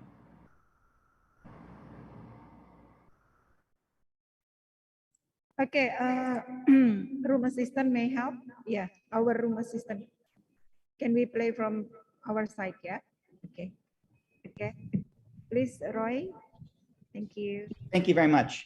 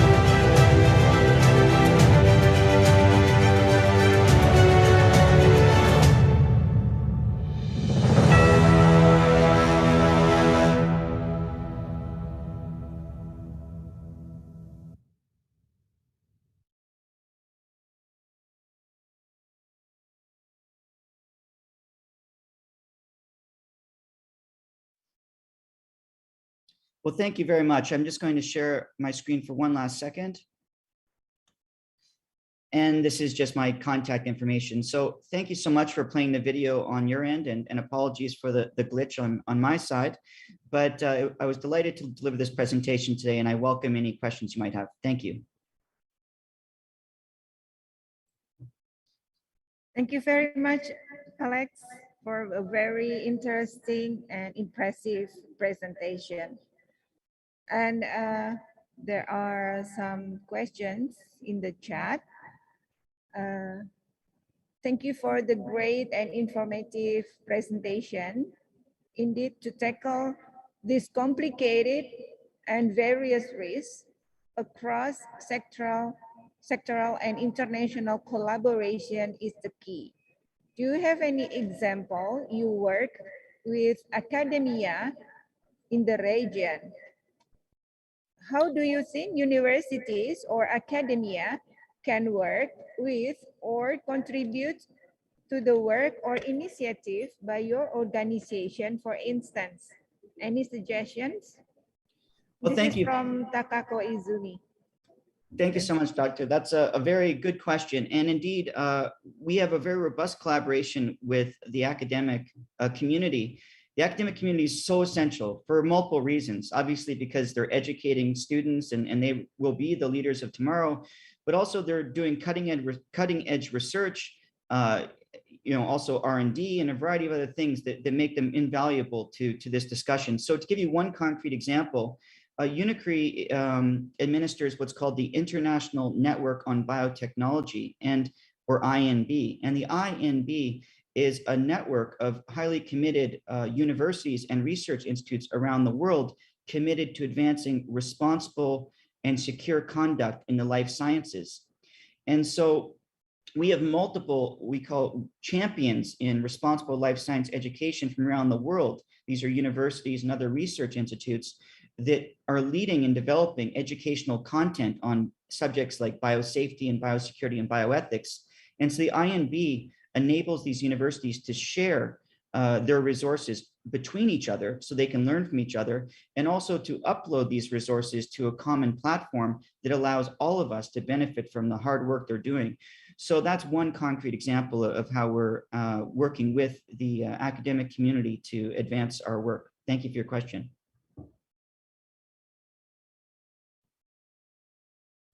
Yeah, thank you very much, Alex. Yes, your presentation remind us that to put attention also to CBRN threat, right? So I think one more question.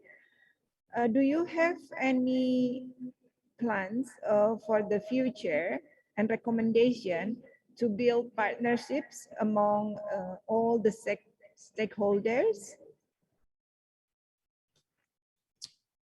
I'm not sure if I entirely understand the question. Do we have further plans to continue to develop partnerships? Is that what you mean? Yes, yes.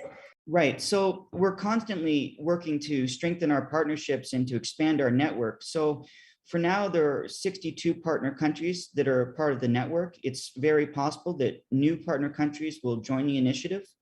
We're also constantly strengthening our cooperation with regional and international partners. As a priority for the coming year, a personal goal of mine is to strengthen our engagement with the ASEAN community, and particularly, for example, the AHA Center, which looks at disaster risks, and I know are very interested also in the interface between CBRN and natural disasters. So indeed, we will constantly continue to strengthen our engagements and partnerships to enable a more coherent and focused delivery of our program. All right, thank you very much. Another one question, Alex, from Ading. According to your presentation, Mr. Alexander, with a wide variety of risks, especially CBRN, some strategies have already conducted to identify specific and actionable means of preventing, detecting, and responding to those risks. Is there another intervention that you approach to mitigate the risk from national to international level based on your and team experience? I'll do my best to answer. I'm not entirely, there's quite a bit there, but one is you're absolutely right that quite a number of initiatives and have looked at identifying priority CBR and risks. So these happen, of course, at the national level through national agencies, but also other international organizations like the World Health Organization does the joint external evaluation missions, and these identify priority capacity building actions need to be taken, for example, strengthening biosafety and biosecurity. And there's also, so each of these programs at the national level, other international organizations or elsewhere, they're doing complementary work, identifying risks and then delivering projects and to address those gaps. On our side, I would say that what makes us, I would say, add value to that system, if this hopefully answers a little bit your question, is that we have a very robust and long-standing network, not only of partner countries, national teams, and also a very constant and vigorous engagement with other international organizations. So we try to work collectively to the extent possible to address the gaps that have been identified. And specifically through EU CBRN COE projects, the modality of the trainings are typically train the trainer. So we want to leave a legacy beyond the project. And so through a train the trainer approach, you train local trainers who then become the future trainers and educators for the country. So I hope that answers some of the aspects of your question. Thank you. Thank you very much, Alex. Even though there is one more question, because the time is already up, I think we have to thank you very much for a very interesting presentation and very, very important. Thank you very much, Alex. Yeah, please continuing collaboration with us, with APRU. Thank you. Thank you so much. And now we are going to move to the next presenter, my best colleague from University of Hawaii at Manoa, Professor Carl Kim, PhD.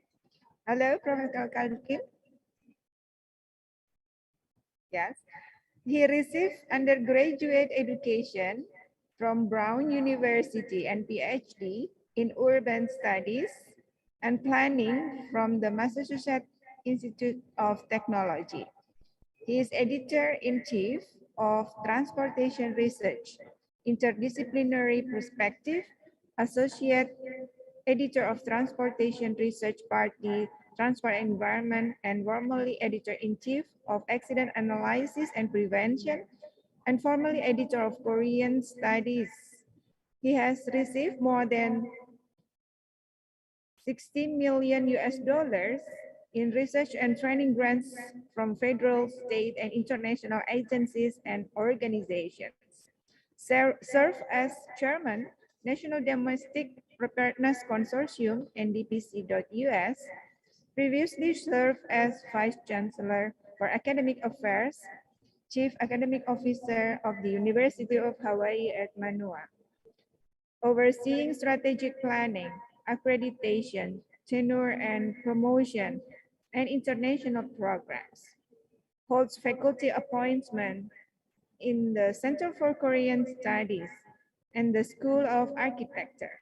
Serves on several committees of the Transportation Research Board. He served as chair of the Pacific Risk Management OHANA, elected to the board of North American Alliance of Hazards and Disaster Research Institute, or NAAHDRI. Professor Carl Kim. Thank you, Professor Lestari. I want to begin by acknowledging and thanking you for all the tremendous work organizing this really excellent symposium. And I'm very honored and privileged to be one of the speakers today. Actually, it's kind of interesting that I should be following Alexander, because the consortium of which our center is part of focuses primarily on CBRN. Our center focuses on natural hazards, but all the other centers, Texas A&M, LSU, the Nevada test site, and so forth, really focus on the CBRN hazards, which I thought Alex did a great job presenting. So there's a lot of very interesting connections and synergies. And so if I may, I'd like to share my screen and then start my talk, which I've prepared. And what I'm trying to do is to cover some of the themes of the symposium. And what I want to do is look at how do we build sustainable partnerships between Indonesia and the United States. And what I want to do is talk about some pathways to resilience that involve convergence across many different disciplines, but also collaboration and improved communications, and then some commitments that we can make. And I want to emphasize the role of universities, consortia, and cross-sectoral engagement. You know, I'm a planning professor, and so people often ask, what is planning? And I think a quick definition is planning is knowledge to action. And the actions could be in terms of broad strategic directions or very specific things that we can do with really measurable outcomes.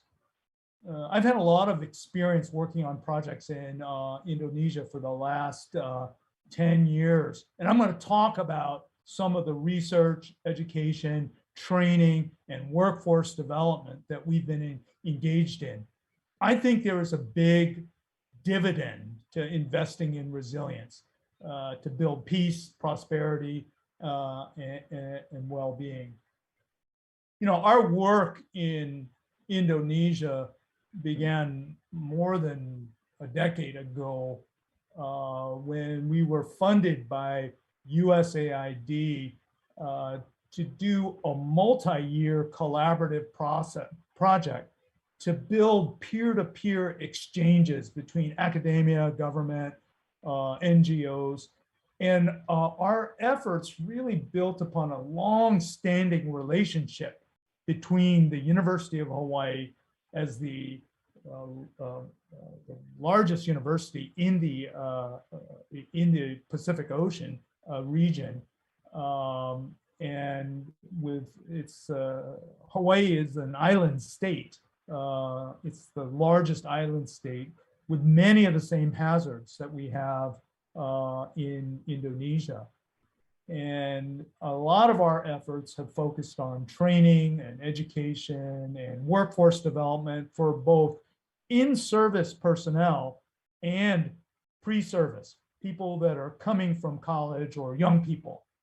Our InvestDM project has involved assessing or doing some stock taking, looking at the demand and supply of training and education. I think many of the people in this conference participated in some of the interviews and survey work that we did. And for that, what we've been trying to do is to focus on what are the training needs? How can we improve the curriculum? What are approaches to strengthening education and training? And so we've been doing a series of webinars this year on accreditation, on certification, on different types of learning platforms, how to improve the operations of emergency operation centers. And there are many activities that were planned, but unfortunately were disrupted by the pandemic. So we had to cancel or postpone many of the face-to-face engagements that we had planned, bringing together our counterparts from Indonesia to the US, to the Emergency Management Institute, to FEMA, and to others. We plan to have a study tour this spring, and perhaps some of you may be able to join us on that, where we can investigate the joint research, education, and systems development. And the idea is to engage not just with the national, but also provincial and district and NGOs as well too. As I mentioned, I direct a congressionally authorized center that's funded by FEMA, that's part of the National Domestic Preparedness Consortium. Our focus in Hawaii is on natural hazards, on coastal communities, on islands and territories. And we focus on all the same hazards and risks that you have in Indonesia. A big emphasis of our center is on technology and the cross-sharing of technologies from other types of hazards and threats. We also do a lot of work on evacuation and sheltering and transportation. I want to thank Professor Lestari for being a co-conspirator with me in our weekly seminar classes that we have with UI and AIT and other partners. We've had really tremendous speakers. Last week, Professor Wiku Adisasmito talked about the pandemic response.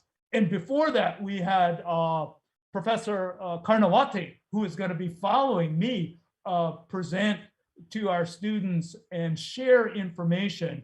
And I think this type of engagement is really important, to share information between students and instructors and others who are engaged in this.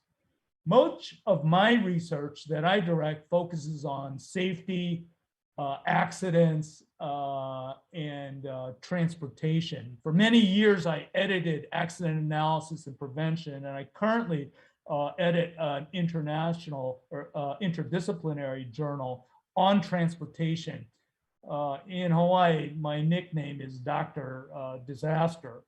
I think, as Alex pointed out, accidents, emergencies, disasters, and catastrophes are low probability, high consequence events that involve interactions between human, vehicle, roadway, and environmental systems. And we need to combine together various types of technologies and disciplines to better understand response, recovery, mitigation. And I think that there are some lessons across different types of hazards that can be applied to how we manage risk and govern it.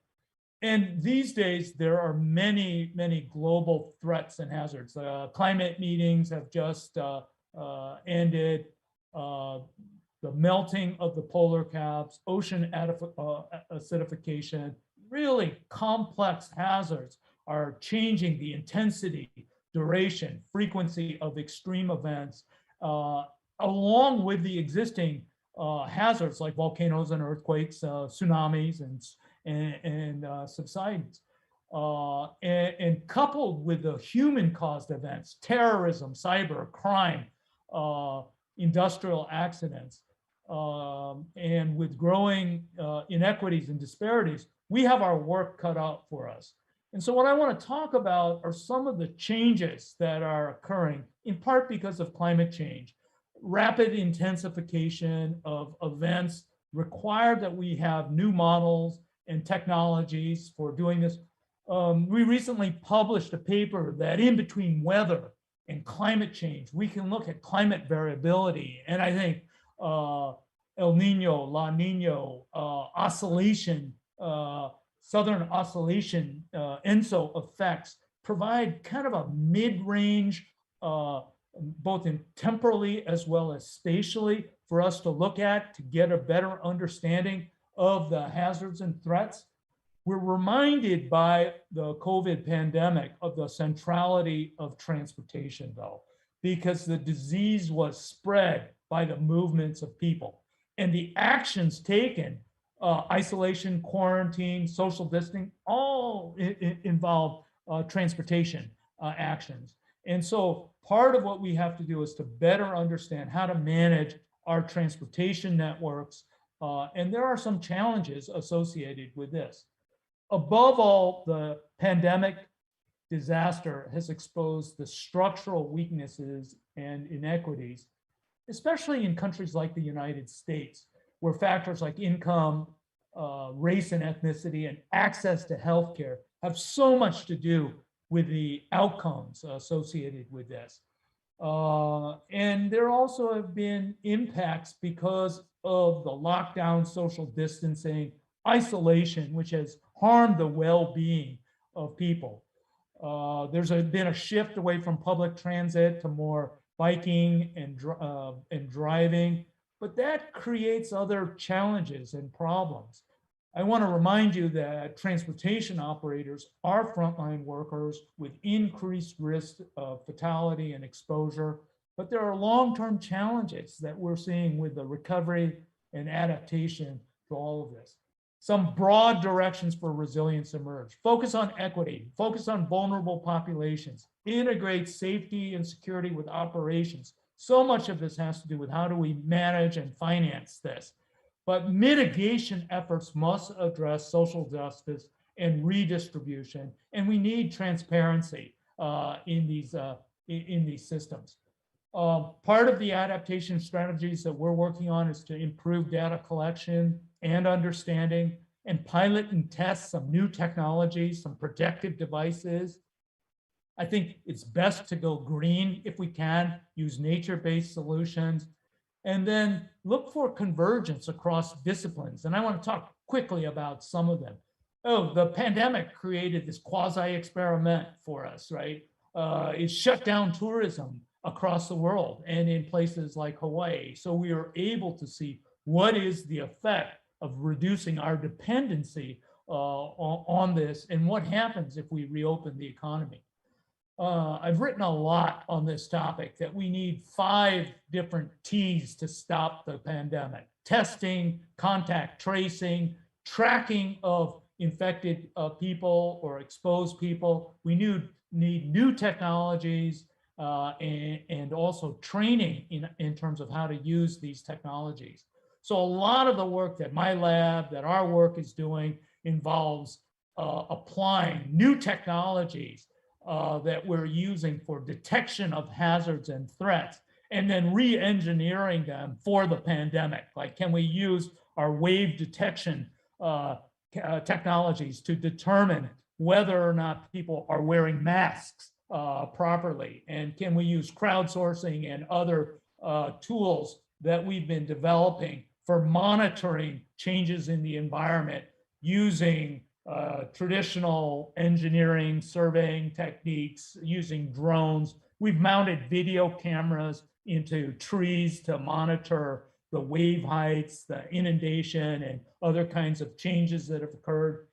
And what we've been doing is deploying this equipment and these technologies to recent events like the Hurricane Ida, which formed in August. And part of our work is tied in with FEMA's work in terms of doing damage assessment, damage to public infrastructure, but also we run HAZUS models so that we know where the exposure for elderly and other vulnerable populations are located, or non-white and unemployed groups, and then run pre-disaster damage assessments of the buildings destroyed, the tons of debris that are expected to be generated.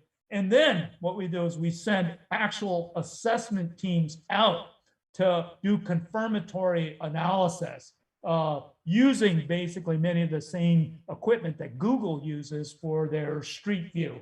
So you can see some of the below imagery shows what's the Google Street View imagery. The after imagery was captured by my team in the same location following the disaster.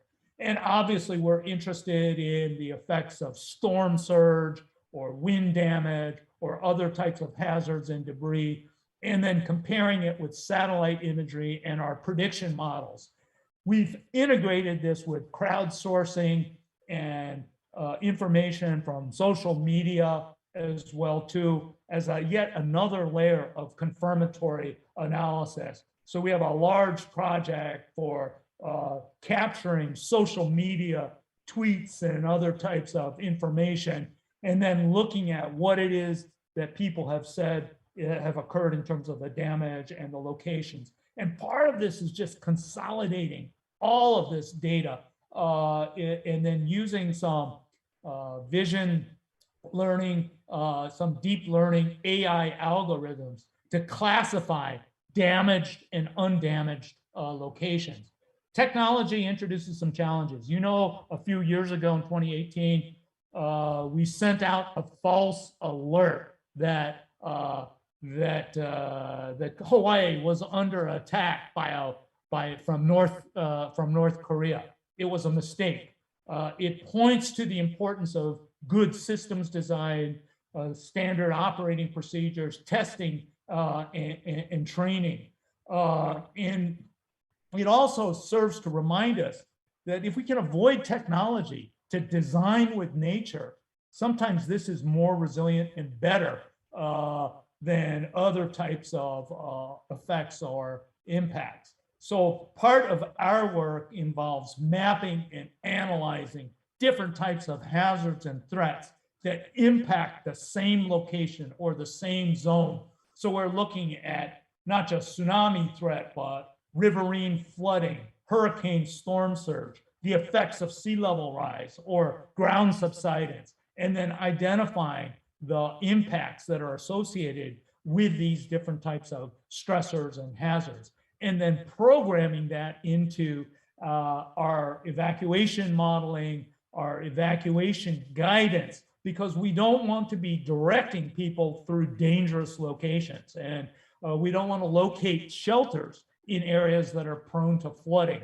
And if people are going to travel to shelters, they need to travel in safe routes. This is especially true for persons with medical conditions or disabilities or transportation limitations. So a lot of my work involves looking at these vulnerable populations.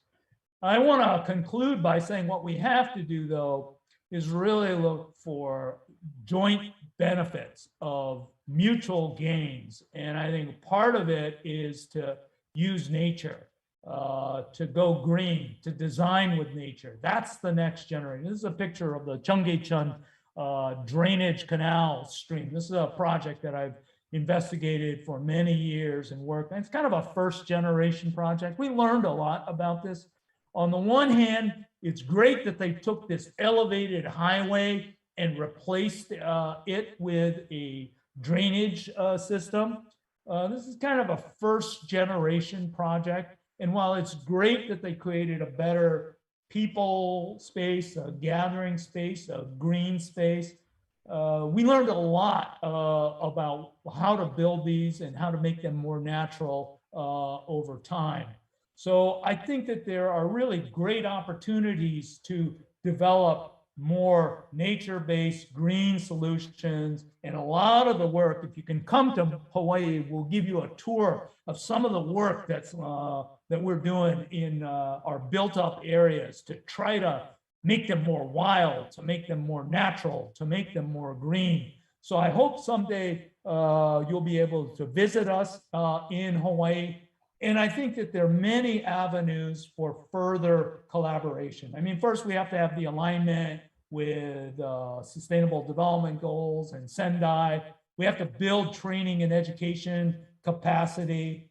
I really think it's important to emphasize climate and recovery and building back better. There are still really critical needs in terms of the transportation and evacuation, more testing and evaluation of gray, green, and blue strategies. But again, as I was saying before, let's target underserved minority, indigenous communities. Let's share data, research, and development. We're planning the study tour. We hope you can join us. Here's my contact information. I'll try to post some more of it in the chat area. Maybe there are some opportunities for joint research.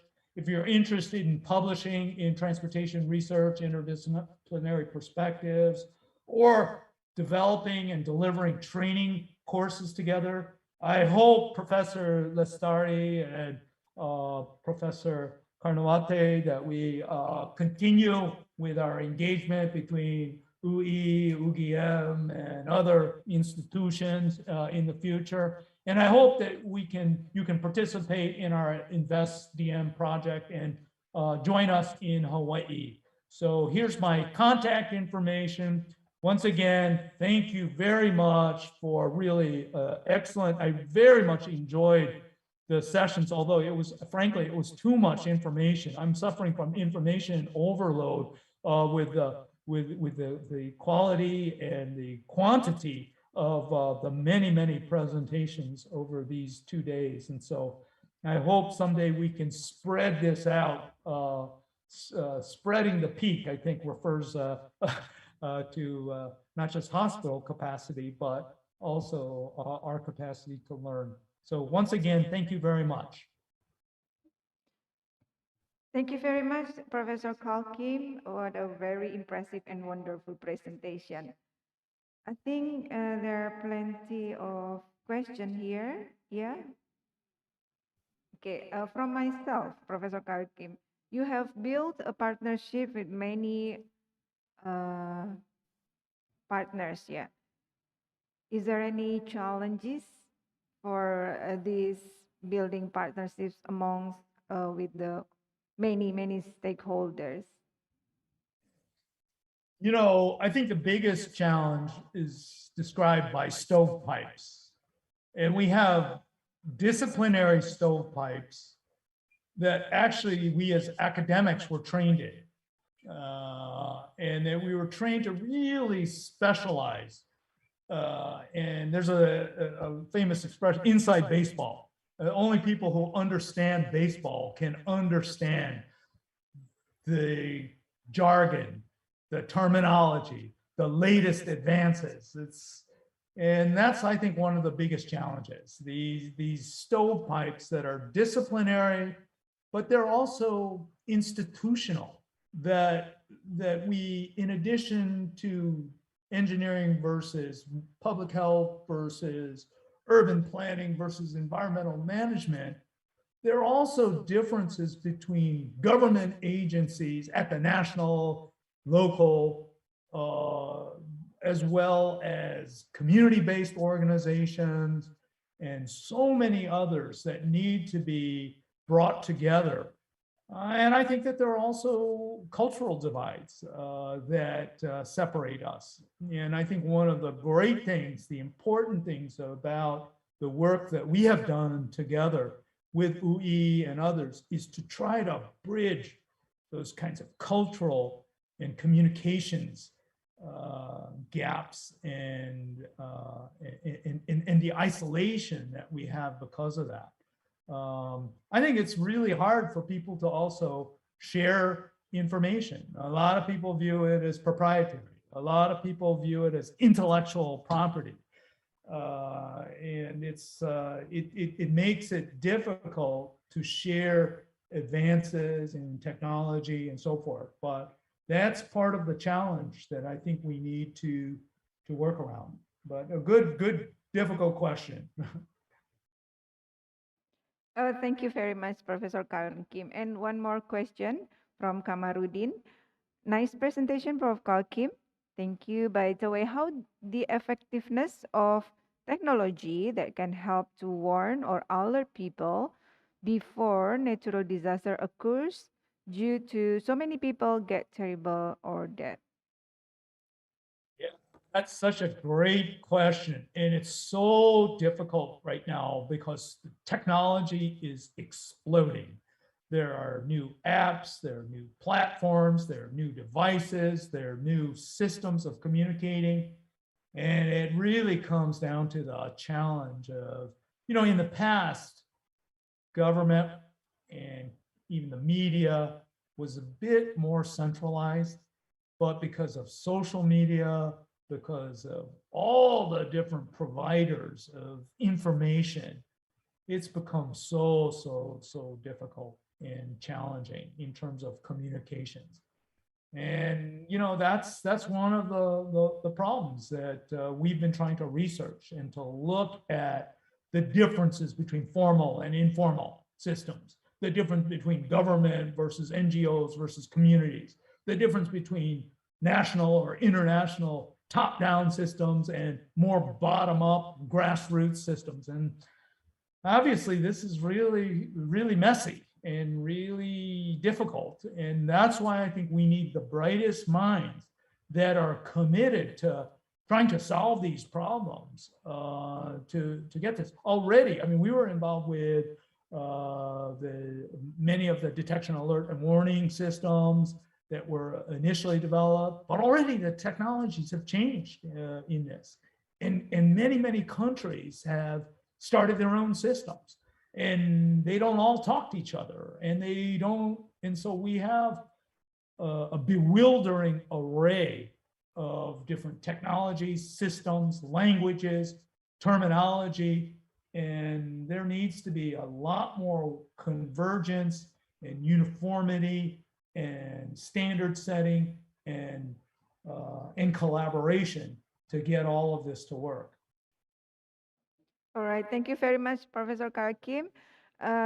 Because the time already finished, but I saw your message that there will be study tour spring 2022, yeah, and many possible ways to collaborate with NDPTC and also University of Hawaii. So everyone are welcome to collaborate with Professor Karkim and team in the future. And the study tour is offline or online, Prof. Karkim? The study tour will be in person, and we have to work out many of the protocols, but part of it was originally, it was timed to coincide with the Pacific Risk Management Ohana meetings that we have co-hosted. And we've had many, many, many friends and colleagues from Indonesia and across the world who have gathered at that meeting. But because of the pandemic restrictions, it's still kind of up in the air about that meeting. And we have other partners with Oregon State University and many of the other members of the consortium who are willing to host and collaborate with us. Obviously, we're trying to collaborate to arrange the meetings between EMI and Pusteklat and BNBP and FEMA and so forth. So it is a work in progress, but we're still planning to do it hopefully in the spring or early summer of this coming year.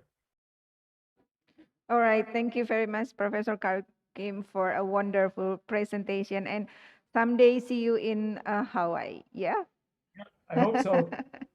Okay, thank you so much. Yeah. Now we are going to move to the next speaker, Professor Dwi Korita Karnawati, PhD. She is the head of Indonesia Agency for Meteorology, Climatology, and Geophysics, or BMKG. Professor Dwi Korita Karnawati, or we sometimes call her Professor Rita, has been appointed as the head of Indonesia Agency for Meteorology, Climatology, and Geophysics, BMKG, since November 2017. After her completion in serving as the president of Universitas Gadjah Mada, or UGM, a prominent university with 55,000 students in Indonesia. She has an extensive professional experiences and academic background as the professor in environmental geology and disaster mitigation at UGM. Indeed, she is very active in promoting and developing the national multi-hazard early warning system, and very well respected as the one of the key figures in the preparation of the presidential decree on Indonesian Tsunami Early Warning System, or INA TEWS. Presidential Decree number 93 of 2019. I would like to invite Professor Dwi Korita to present her presentation. Prof, monggo Prof. Terima kasih Mbak. Thank you, Miss Moderator, Ibu Prof. Fahma Lestari. Thank you as well for the invitation, and good morning, dear colleagues, ladies and gentlemen, students, researchers, professors. I would like to share about the challenges and innovation in multi-hazard early warning system, especially the case in Indonesia. Next slide, please. In the next slide, I just would like to refresh everyone here about the geological and tectonical conditions of Indonesia, which may similar to several other countries, especially Hawaii, perhaps, or United States. And here we are, Indonesia is the maritime continent situated in the ring of fires, the ring of volcanics, as well as we are situated in the junction of Indo-Australia plate continent, a continental plate. We are situated between the Indo-Australia oceanic plate and Eurasia continental plate, as well as a Pacific oceanic plate, which all are very dynamic, actively move towards the Eurasia continental plate. All of those result in the active seismicity and volcanic activity. We also prone for the tsunami, and this is the threat for 260 million people which live in 17,504 islands. Next slide, please.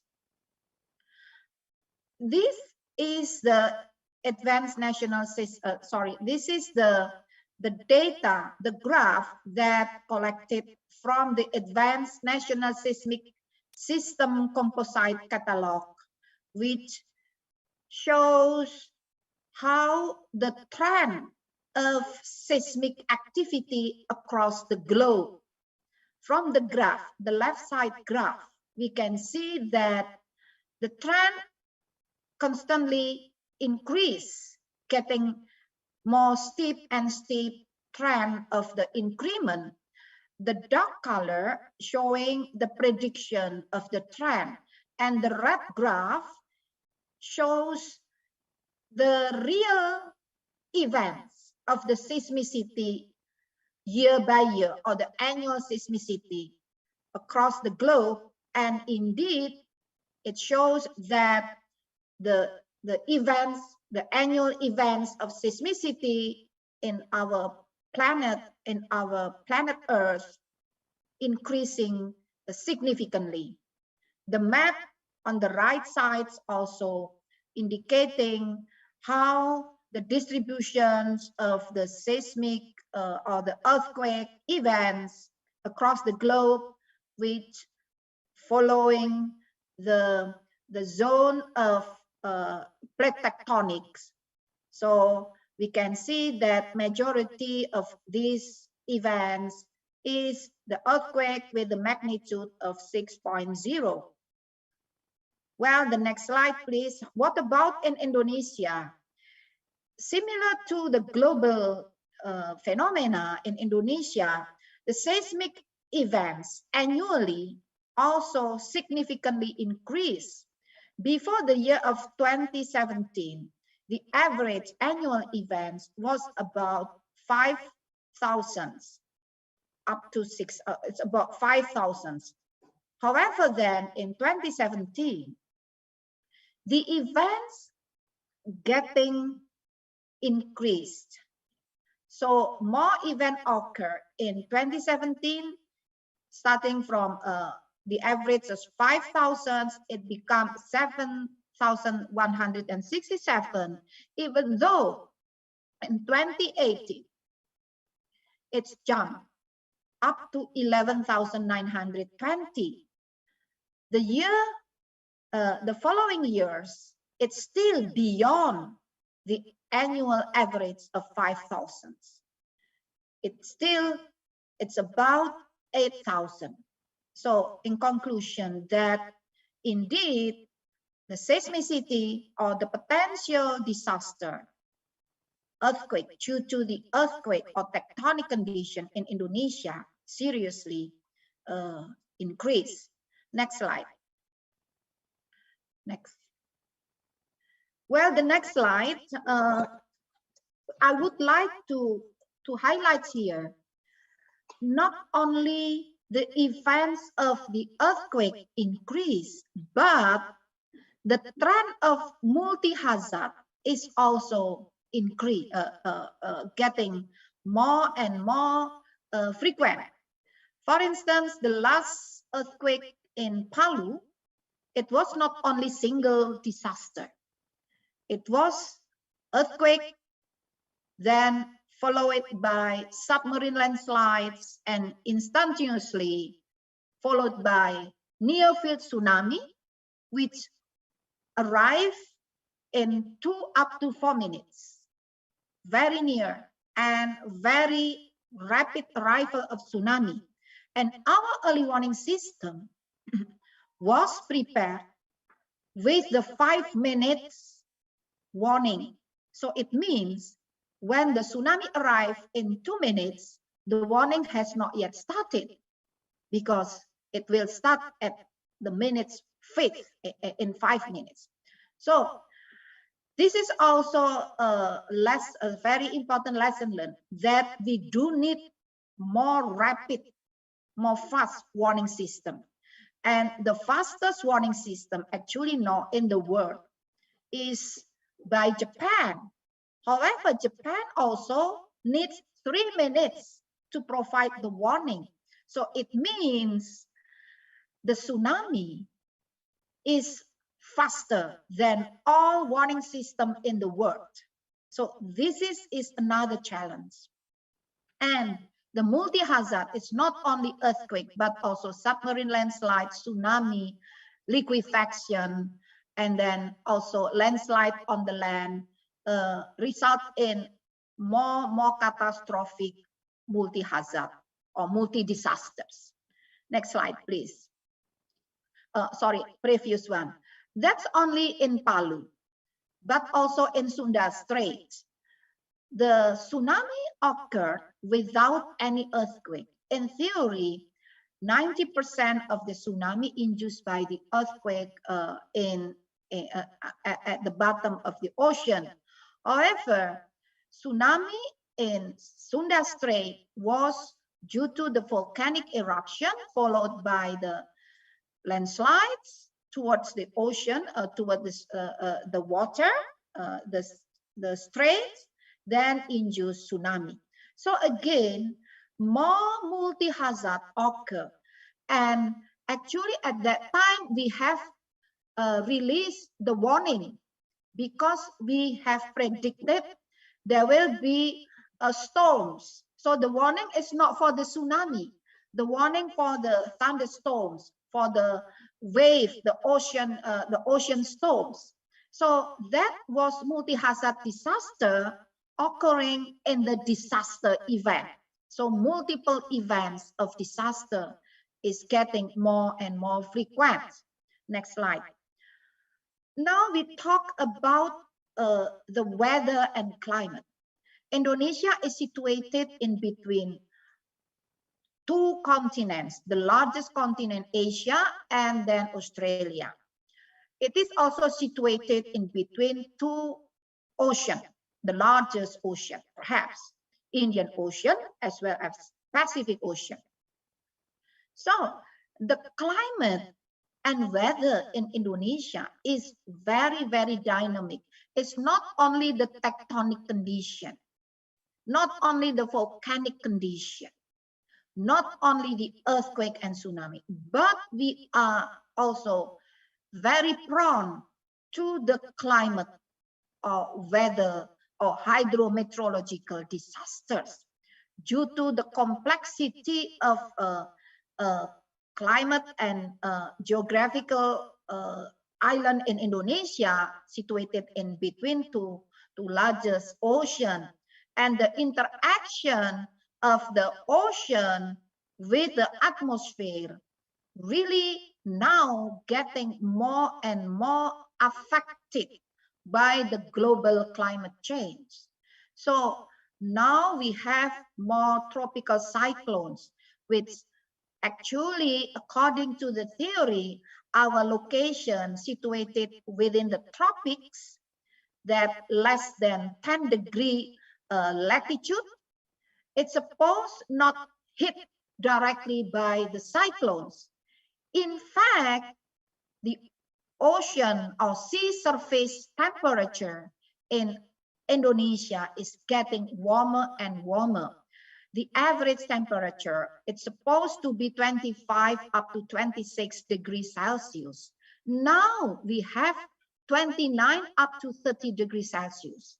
The raise a significant increment of temperature, sea surface temperature, result in more and more tropical cyclone.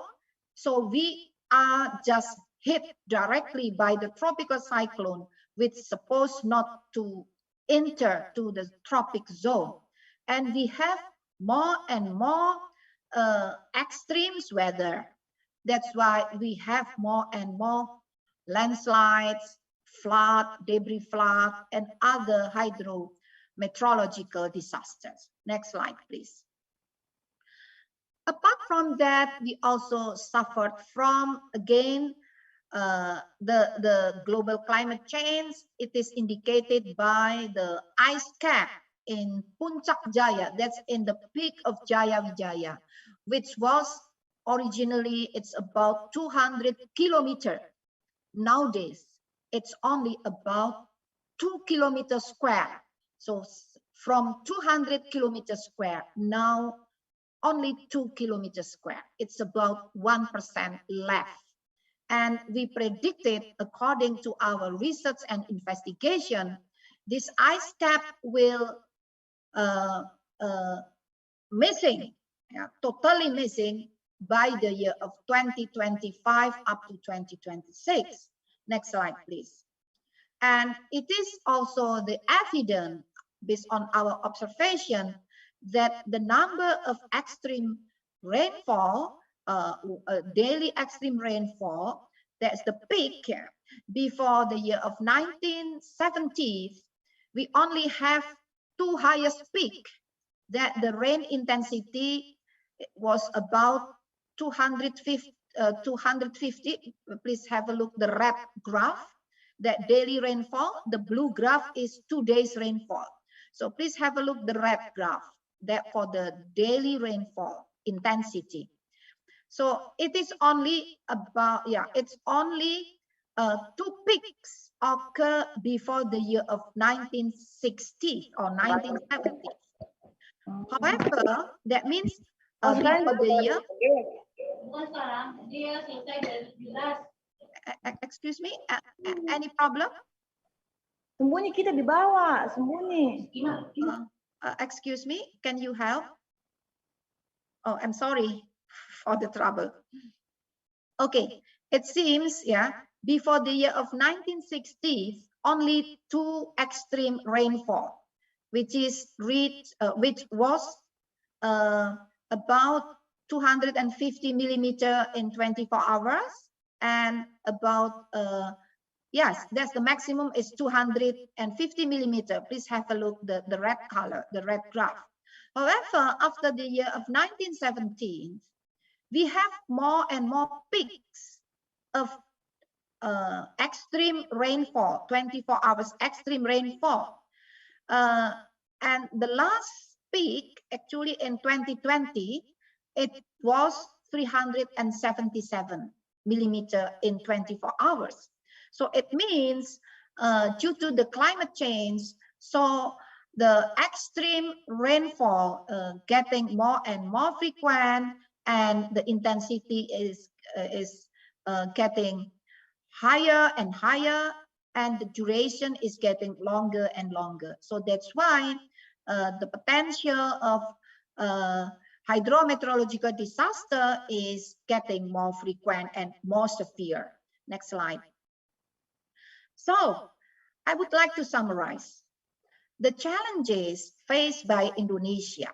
One is the complex and more frequent as well as uncertain, more uncertain, very complex, more uncertain and frequent of multi-hazard phenomena that's related to the weather, climate, water, ocean, tectonic, and volcanic. So those require us to have more robust and systematic observation and data. We also need to have more systematic research and deeper science-based decision support, more innovation of knowledge and technology, and also more skillful observer, forecaster, modeler, and analyst to predict all the events.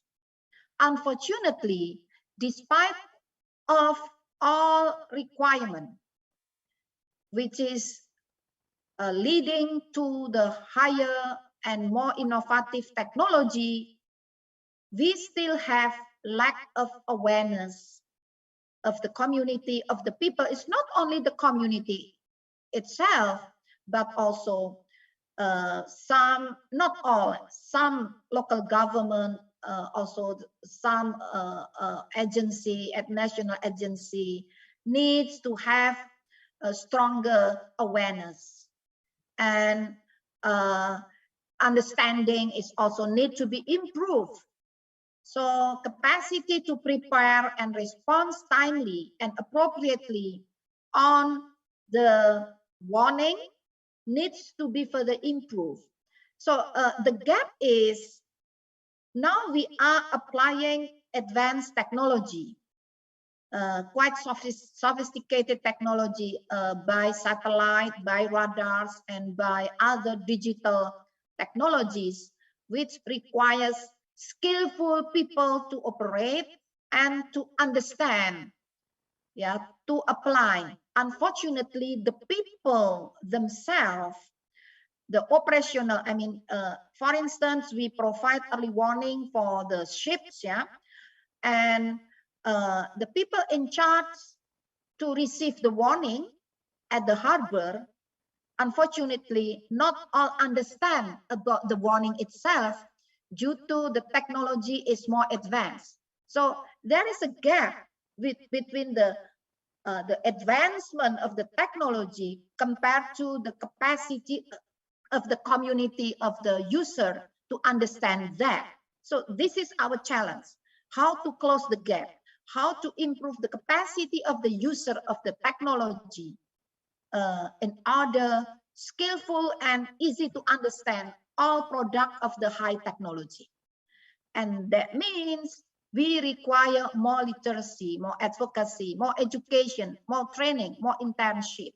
And we must be able to transfer the high-tech product of technology to become more simple and practical. So it is the challenge, how to transfer the high-tech into simple and practical information. And we do need practical example. We do need case-based, problem-based learning and capacity development. So it's not the training, in-house training in the class, not like that. It's supposed to be directly in the field. So problem-based or case-based learning. And we need more massive and systematic dissemination and continuous learning. So again, dissemination must be more massive, and the learning process must be embedded in all our activities. It's not separately, oh, no, stop, we are in the learning process, don't do anything else. No, not like that. So the learning process must be embedded when we are working in the field, when we are working in the coastal area, we are working in the building, yeah. So the learning is part of our life. It's not split beyond our normal daily life. And we do need interdisciplinary and intersectoral approach and collaboration in order to close that gaps. and also sustainability impact, sustainability of the impact for our capacity development is also the challenge, because learning from the Palu earthquake, the earthquake occurred in 2018. We predicted the earthquake will occur in the year, it's about 2000, about the year of 2000, it could be 2014, 2015, yeah. Then we start the preparation in 2009 up to 2014. We do the massive education, massive preparedness in Palu area.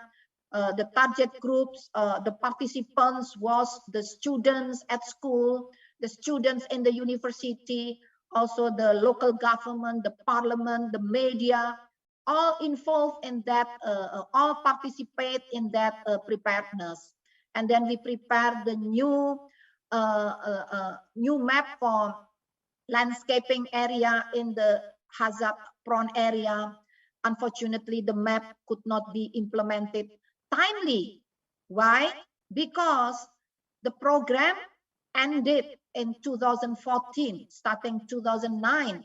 And in 2014, that time, the local government changed, the regime of the local government changed, and the new local government was not really aware with that potential disaster. So everything that we have been conducted was abandoned, not at all implemented and continues. So this result in discontinuity of the preparedness, and in 2018, when everyone has forgot those preparedness, the earthquake and tsunami come, and everyone seems to forget what they have to do. So thousands of people pass away due to that disaster. It is very, very unfortunate lesson learned.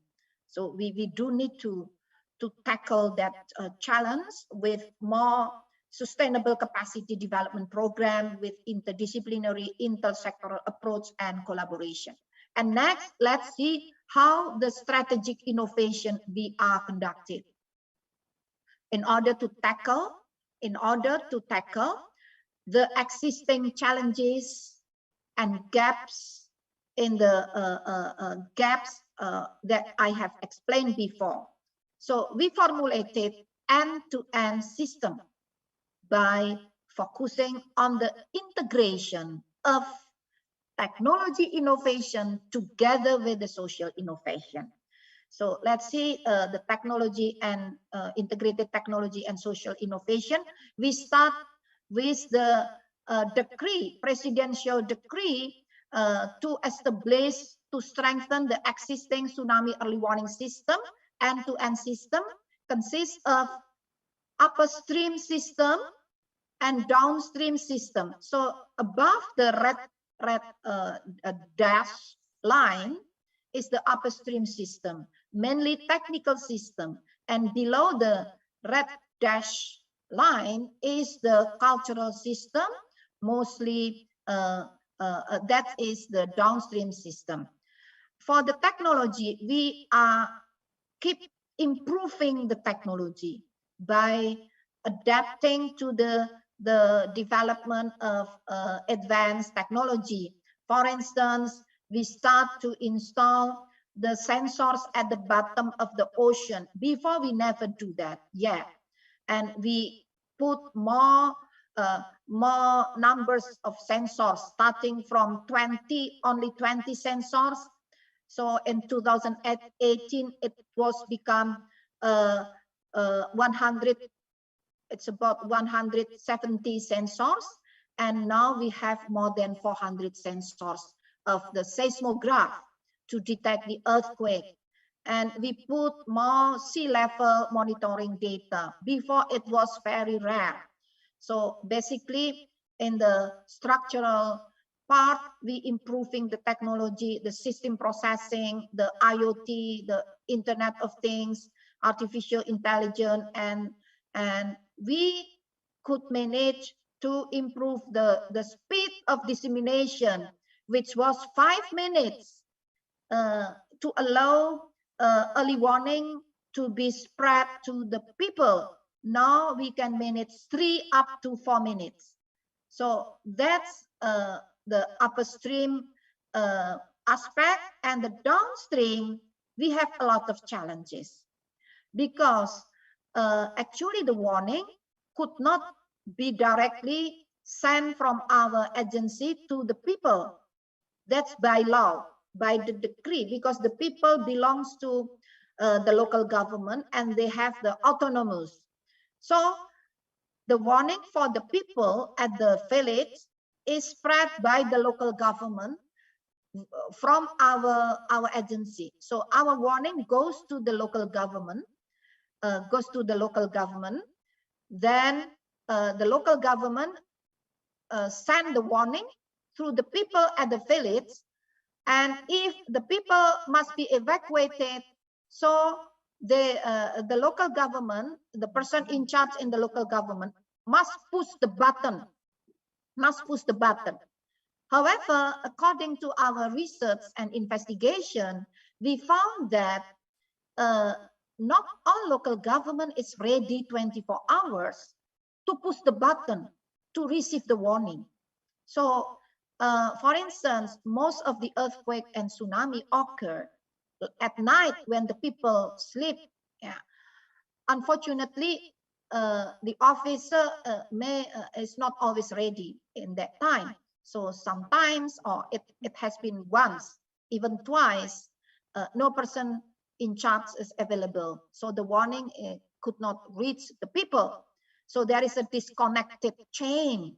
So we are aware with that. So that's why now we are not only rely on this decree. This decree is very important, but still some weaknesses. So we provide a direct contact from our office, from our center. The agency provided early warning, directly goes to the mobile phone of the people. So the warning is real-time warning by using the mobile phone of the people. And because some sirens, due to the lifetime of the sirens has been over more than 10 years, so the siren is quite many sirens not work anymore. Must be replaced. Yeah. Must be replaced, and that's why not enough sirens. So we put the siren in the mobile phone, so it can be automatically. Still under testing. Now is on ongoing process. Next slide, please. Well, I have mentioned we can jump to the slide. We have to complete next. Now we have previously. We have a warning receiver system, new generation, which can distribute directly information to the people, also to the local government, instantaneously, together, not sequential, yeah, within 2 up to 4 minutes. So it can speed up the preparation or the process for evacuation, yeah, it's in 2 up to 4 minutes. Next slide. Then we also have again mobile phone directly goes to the individuals, so they can install this application in order to have a timely warning. Next, a similar case we also conducted for the disaster due to the hydrometeorological phenomena. Again, similar case, disconnectivity. Then we use similar effort by using digital. Next slide. We use about 40 radars and hundreds and thousands of observation instrument sensors installed, and the resolution of our warning, our information is about 3 kilometers square. Next slide, please. And we improve our forecasting.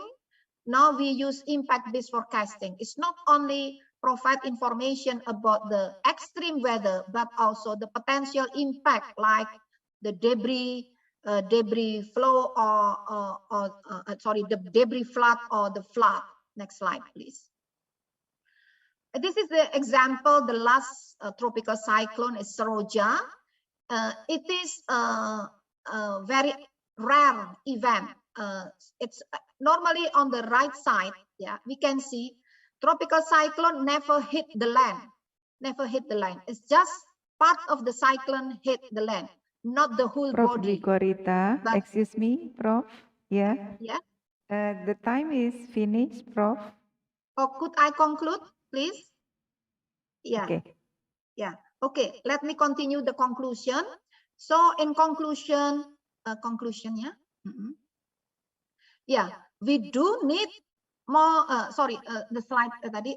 So we do have multi-hazard now in mobile application. Yeah, in mobile application, and now we do need to strengthen our capacity development to be more sustainable through the collaboration, and also we conducted in field capacity development.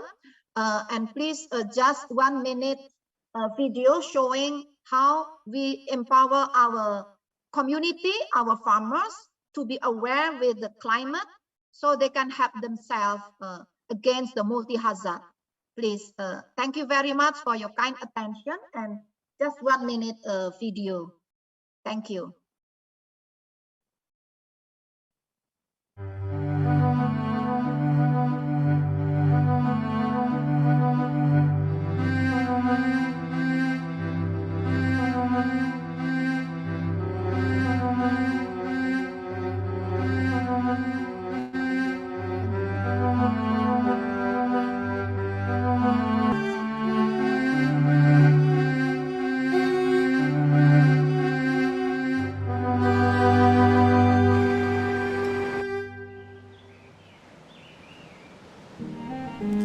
Sekolah Lakbang Iklim mengubah cara pandang kami terhadap cuaca dan iklim.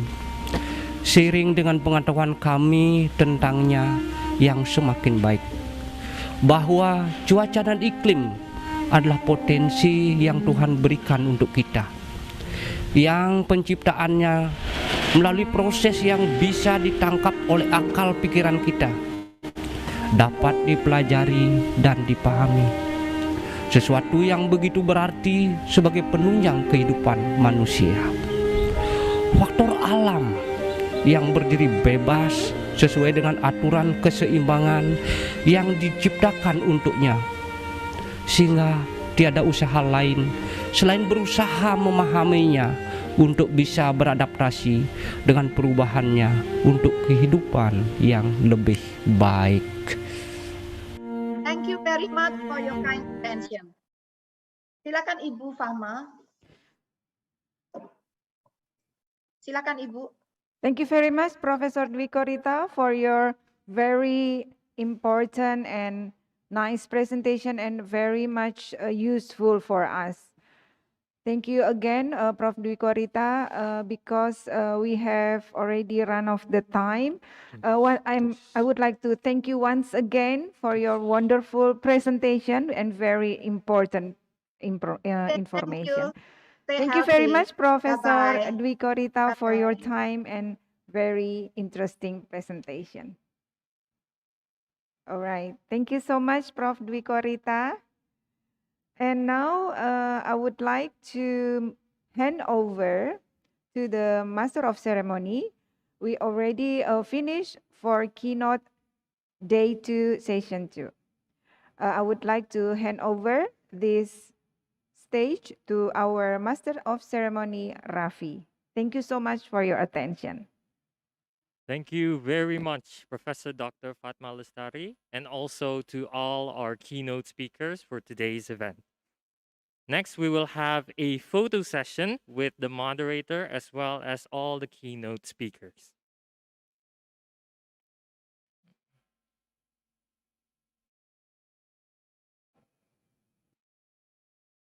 Prof. Dwi Korita, please join to share. Prof. Alexander, Dr. Alexander, and if still here, Prof. Kalkim, Dr. Mizan. Could you please open the camera and we can have a photo session? Thank you.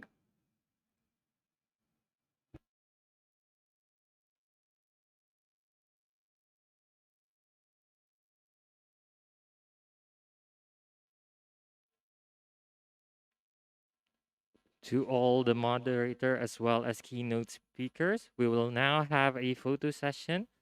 Would you please activate your video camera so that we can take the picture?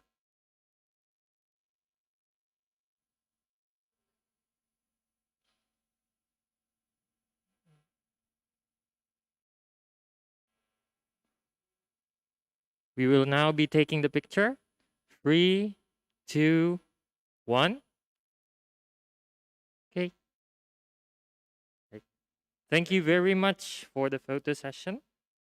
Next, the schedule is a Thank you, Bu short break. Fama. We will now have a Ya, Bu. break session alongside a video playback titled Learning from Disasters.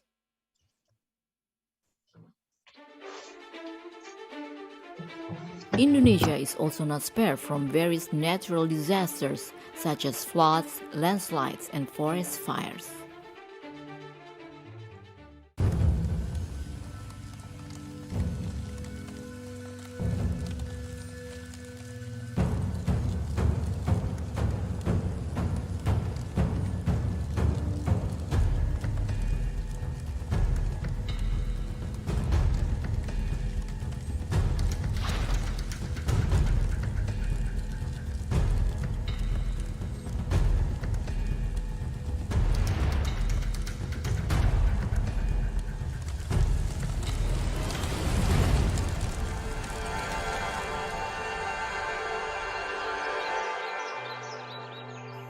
Indonesia is blessed with a tropical rainforest cover, the third largest in the world after Brazil and Congo.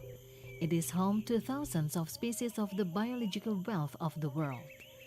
Biodiversity contained in the Indonesian rainforest consists of 10% of the world's plant species, 12% of mammal species, 7.3% of species of reptiles and amphibians, and 17% of bird species from around the world. It has made Indonesia revered as mega biodiversity country.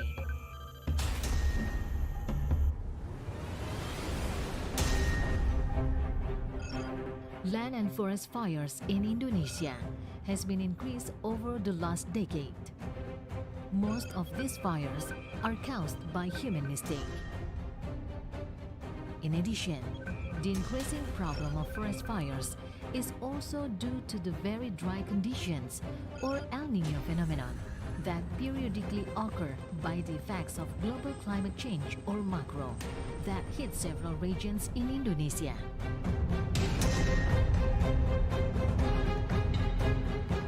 Based on Aquaterra satellite observation, there were an estimate 2,528 hotspots in one day.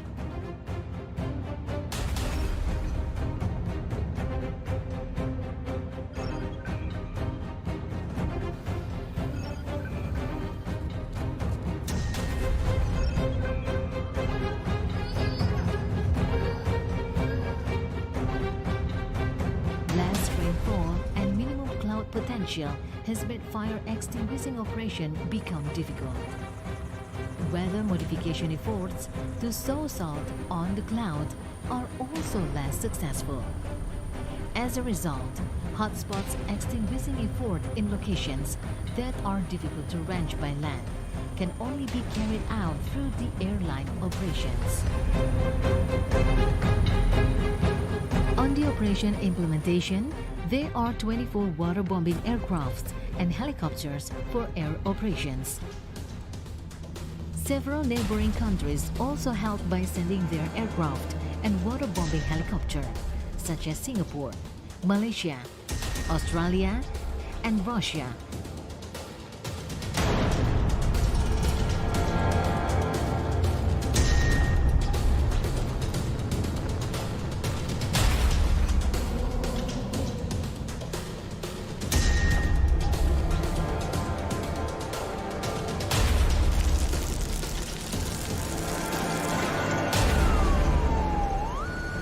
In addition to the deployment of helicopters and planes, extinguishing operation is also carried out on the land area in order to accelerate the process of extinguishing and cooling of land. National Disaster Management Agency has established a joint team consisting of Regional Disaster Management Agency or BPBD, the Indonesian Armed Forces, National Police, Manggala Agni or Firefighter Team, the Community Fire Care and other groups. In total, there are 22,146 personnel spread across 6 provinces.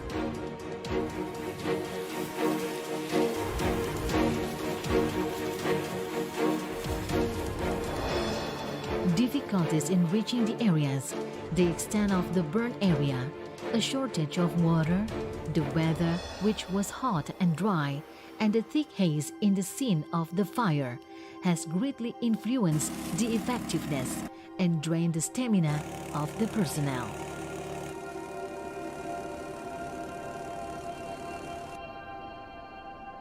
By maximizing the power of personnel and equipment adding with the assistance from some neighboring countries, it is expected that land fires can be well tackled and smoke haze will disappear soon.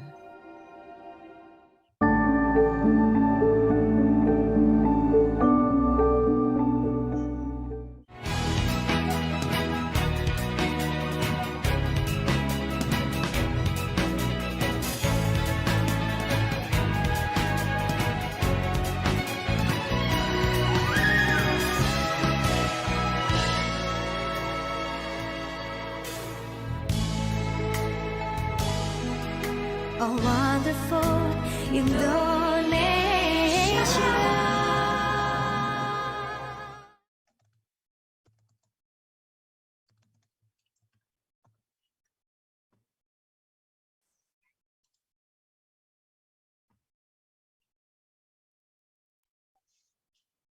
Hello, everyone, and welcome back to Day 2 of the 16th APRU Multi-Hazard Symposium 2021, Building Partnership for Sustainable Disaster Risk Reduction for All Hazards.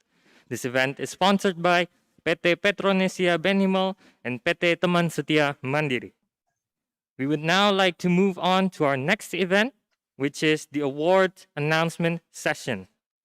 In this session, we are proud to announce that there will be 12 people who have received the Best Oral Presentations Award and 6 people who have received the Best Poster Presentation Award.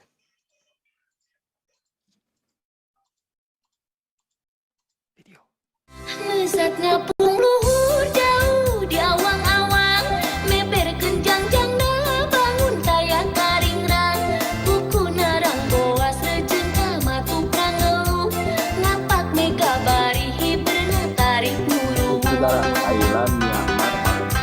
Saha anu bisa nyusul kana tandangna, gandang jeung pertentang taya bandinganana, dipi kagimir dipi. To announce our first 3 achievers of the Best Oral Presenter Award, I would like to invite APRU Mesatnya pung luhur jauh di awang-awang, meber kenjang-jangna. programs, Ms. Christina Maria Schollenberg, to announce the 3 first award recipients. Okay, thank you very much.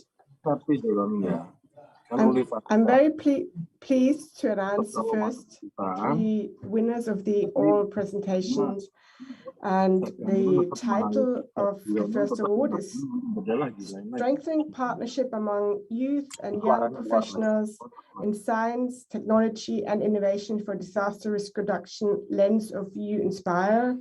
The presenter of this was Nouraini Rama Hanifa, and she scored 443 points. The next award goes to the project title, Climate Change Projections Estimated for Rainfall Events Using Coupled Modeled in Comparison Project Phase 5 Global Circulation Models under Varying Emission Scenarios in Lanao del Norte in Philippines. And this award goes to Emmanuel Sus Escapan, and the score for this was 450. And the third award I'm very pleased to present For the project, the title Hydrological Assessment for Disaster Risk Reduction in Urban Cities of the Philippines goes to Patricia R.J. Sanchez, and also had a score of 450.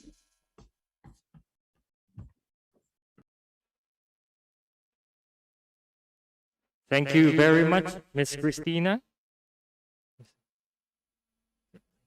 Play.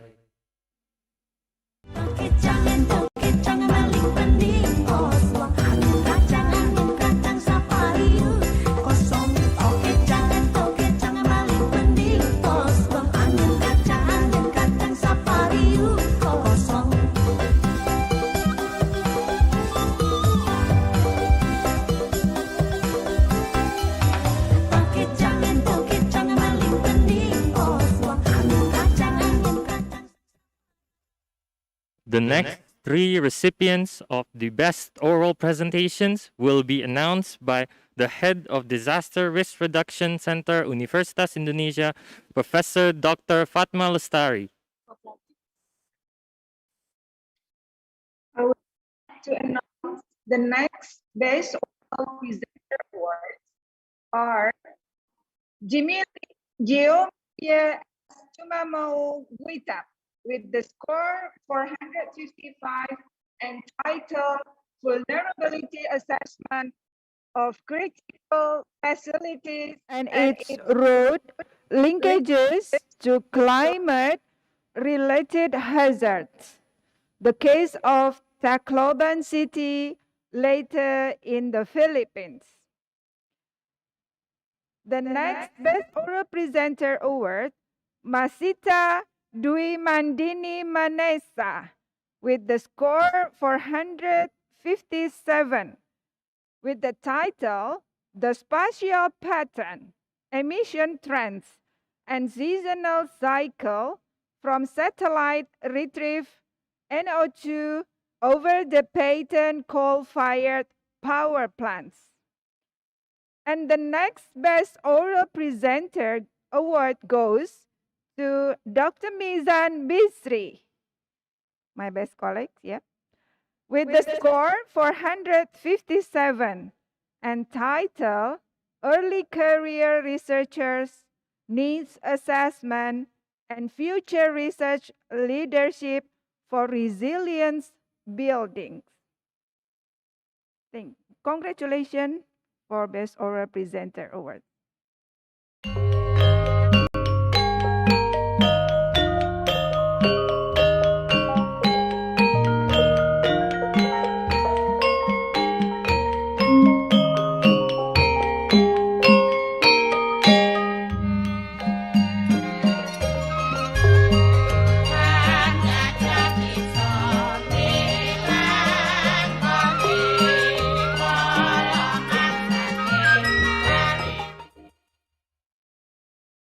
The recipients of the best oral presentations will be announced by APRU Multi-Hazards Program Director, Professor Takako Izumi.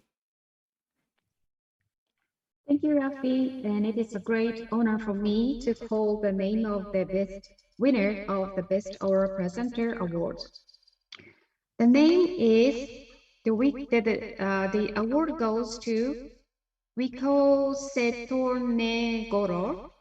The presentation title is Identification of the Silent Tsunami on Gunung Anak, Krakatau on December 22nd, 2018.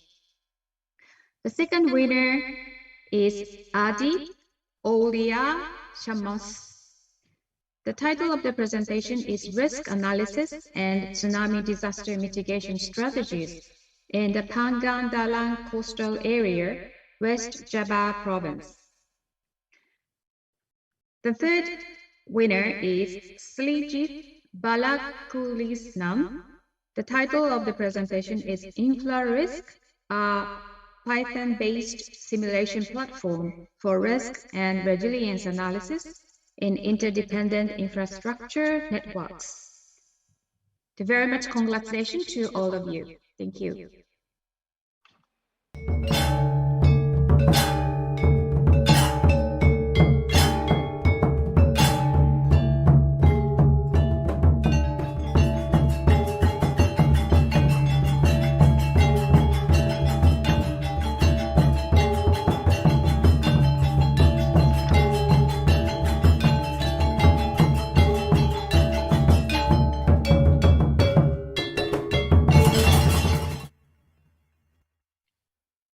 The next three recipients of the best oral presentations will be announced by Vice Rector of Research and Innovations Universitas Indonesia, Dr. Nurtami.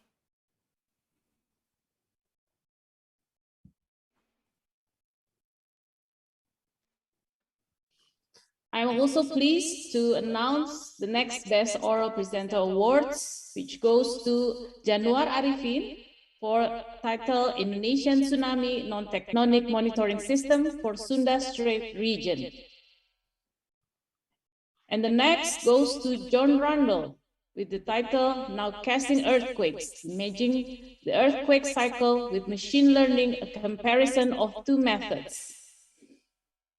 And the last awards goes to John Jeremiah D. Panopio with the entitled Integrating GIS and HEC-RAS for peak flow modeling of the Kalumpang River in Batangas, Philippines. Congratulations to all winners. Thank you.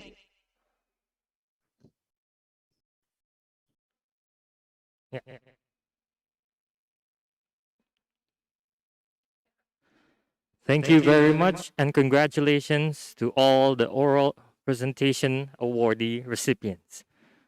Next, we will be announcing the Best Poster Presentations Award.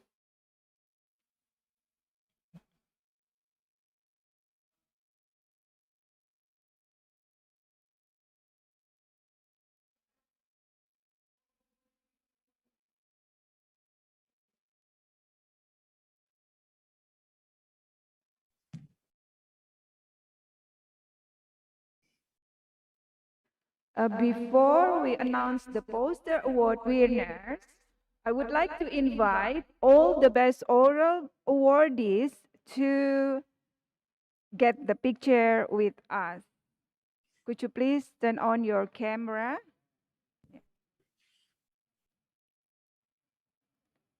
Raffi nggak nangkep message-nya.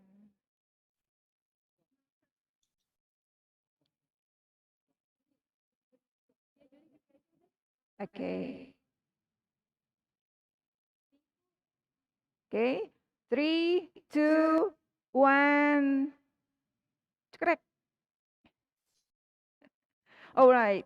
I would like to hand over to the MC to further announce the best poster. Sir Fatma Lestari. We now move on to the Best Poster Presentations Award.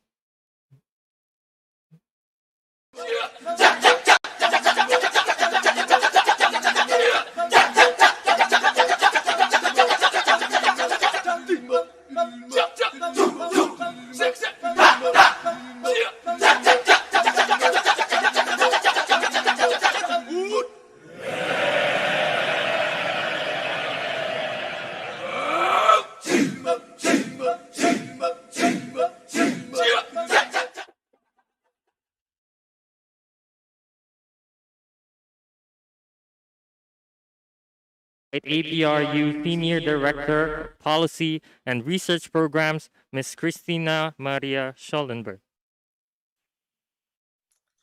Thank you very much, Raffi. I'm very pleased to announce the 6th winner of the Poster Award. And that award goes to Boy Hidayat. And the poster title is Malaria Study at Oil and Gas Company, and the score was 432, and very much congratulations for this award. The 5th award, yes, will go to Anji Fredian Saputra, and the title is Defining the Community's S-Based Information Board on Tsunami Hazard in Pangarangan Village, Lebak District, Banten Province in Indonesia, the score 435. Congratulations for this award and this excellent poster. And the 4th award goes to Muhammad Iqbal Katamia, and the title is Identification and Mapping of Tsunami Evacuation in evacuation route in Pangarangan village, Lebak district, Banten province, also Indonesia. And the score was 440, and very much congratulations also for this poster and for this award.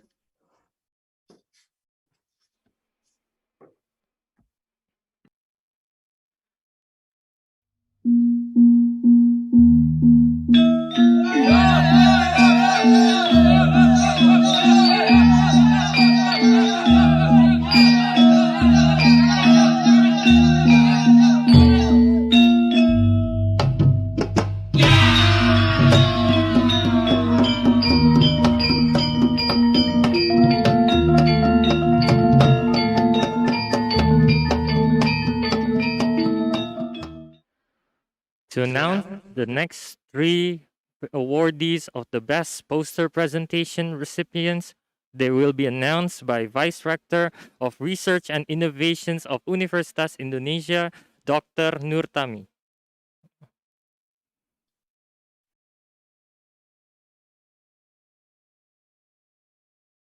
Next slide, please. I'm very pleased also to announce the third winner for Poster Award, which goes to Muhammad Gilang Ramadan with a score of 445 with the title Characteristics and Projection of Tourism Comfort Levels in Banyuwangi Regency. Congratulations. And the second winner for Poster Award goes to Ahmad Dahlan with a score of 445 with the title The Association Between Fatigue and Human Performance for Business Continuity Management. Congratulations. And the first winner of the Poster Award goes to Andre Cahyadi with a score of 449 with the title Fire Disaster Risk Area Analysis in the West Jakarta City. Congratulations to all winners. Kadang nongak leka sambik benang kata serta kilang adu denda muncempak ke kembang sanda sat sengat dari sahabat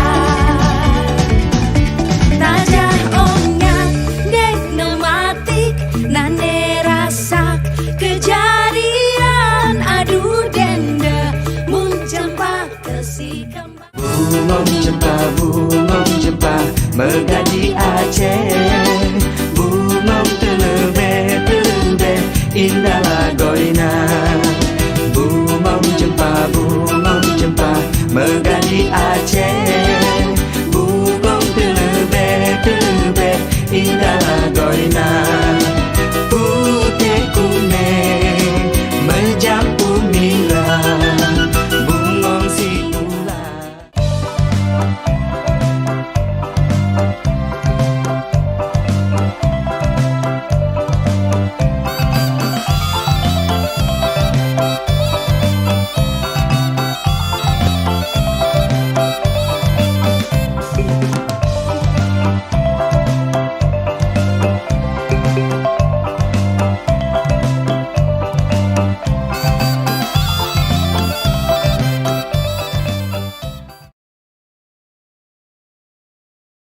Winners of the poster presentation, please activate your video camera so the committee can take a photo of all the winners as well as the announcers.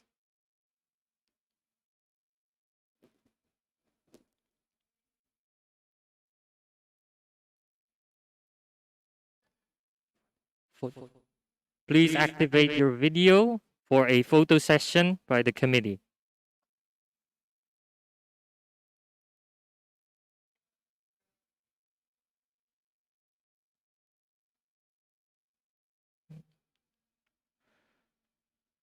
We will now be taking the picture. 3, 2, 1. Thank you very much. Congratulations to all the recipients of the awards. And ladies and gentlemen, Finally, we have come to the end of the 16th APRU Multi-Hazard Symposium 2021, Building Partnerships for Sustainable Disaster Risk Reduction for All Hazards.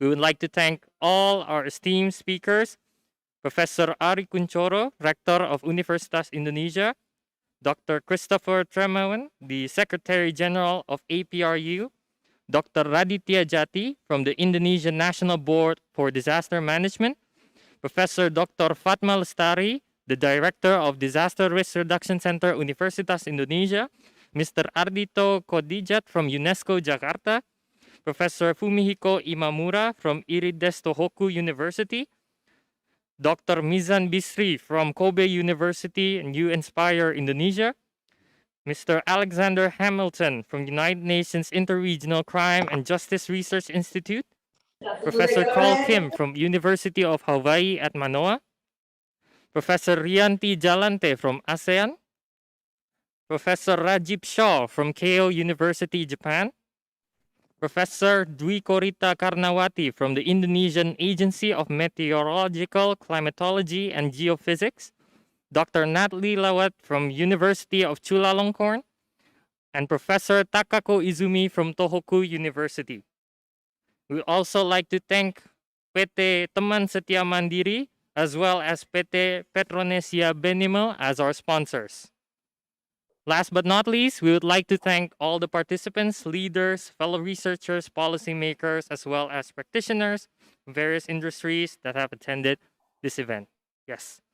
Now, we would like to move on to the announcement of the 2022 symposium announcement. I would like to invite Dr. Natalie Lawat to give his announcement. Okay, thank you, Rafi. And I would like to share my screen first. Okay, I hope you can see my screen right now, right?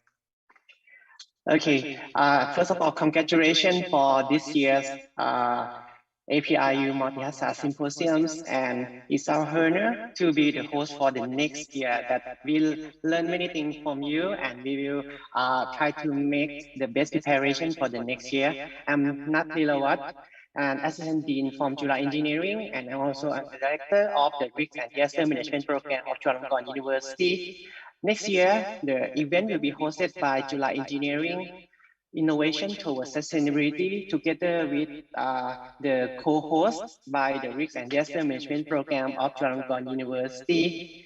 And ladies and gentlemen, please let me introduce the 17th APRU Multi-Hazard Symposium 2022 that will be hosted on November 29 to November 30, 2022 at Chulalongkorn University, Bangkok, Thailand.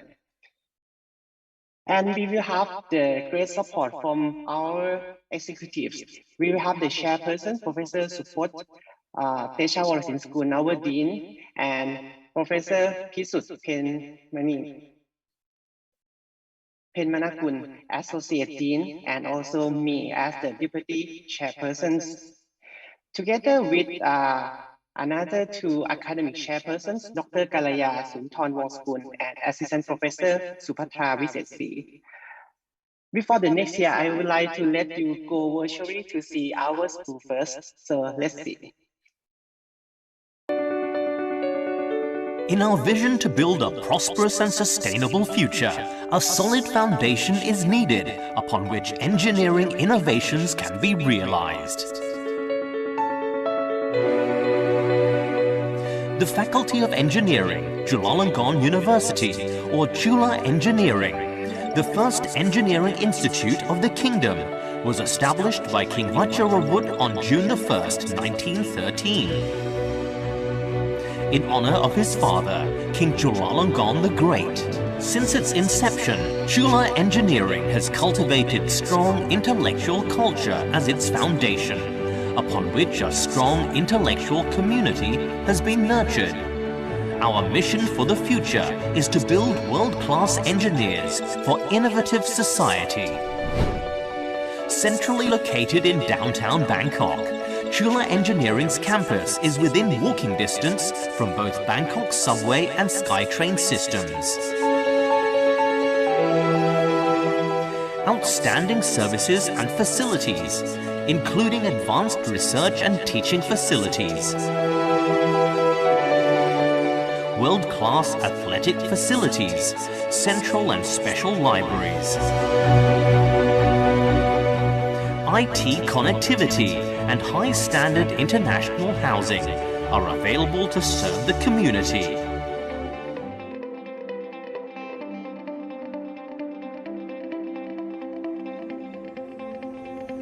Today, Chula Engineering is a world-class comprehensive engineering school offering degrees in over 15 engineering fields, ranging from traditional to cutting-edge fields of engineering. Over 4,000 of the best minds from every corner of Thailand and many foreign countries are enrolled in Chula Engineering's bachelor program and another 2,000 in its master and doctoral programs. Over 300 dedicated faculty members, most of whom hold doctoral degrees from world-renowned institutes, personally and passionately nourish the growth and progress of each individual student.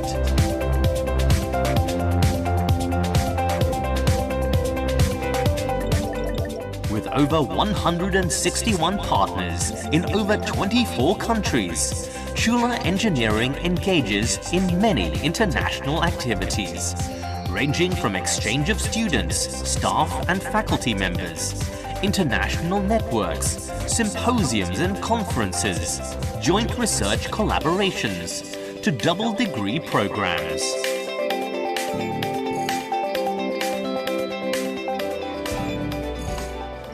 Chula Engineering strongly emphasizes innovative education and innovative research and development.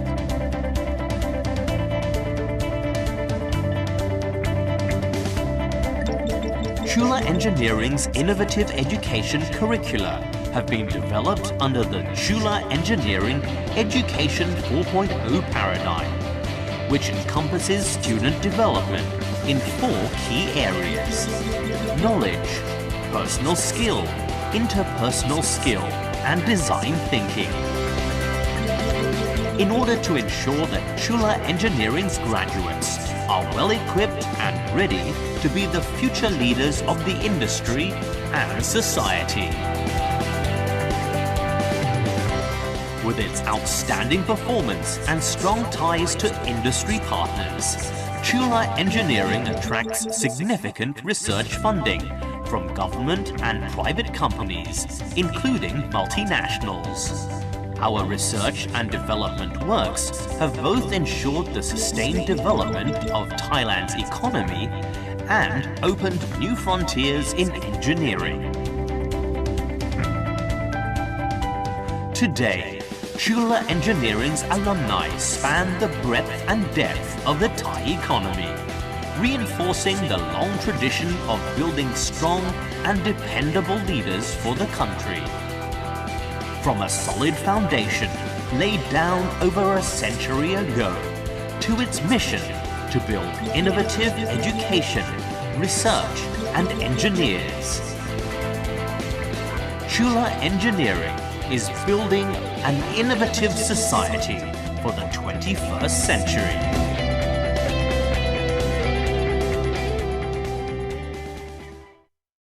So this is all about our school, and for you, all of you, please stay tuned with us. We already launched our Facebook page and our website, so please visit apru2022.eng.chula.ac.th. Please feel free to contact us for any inquiry, and see you in Bangkok next year. Thank you.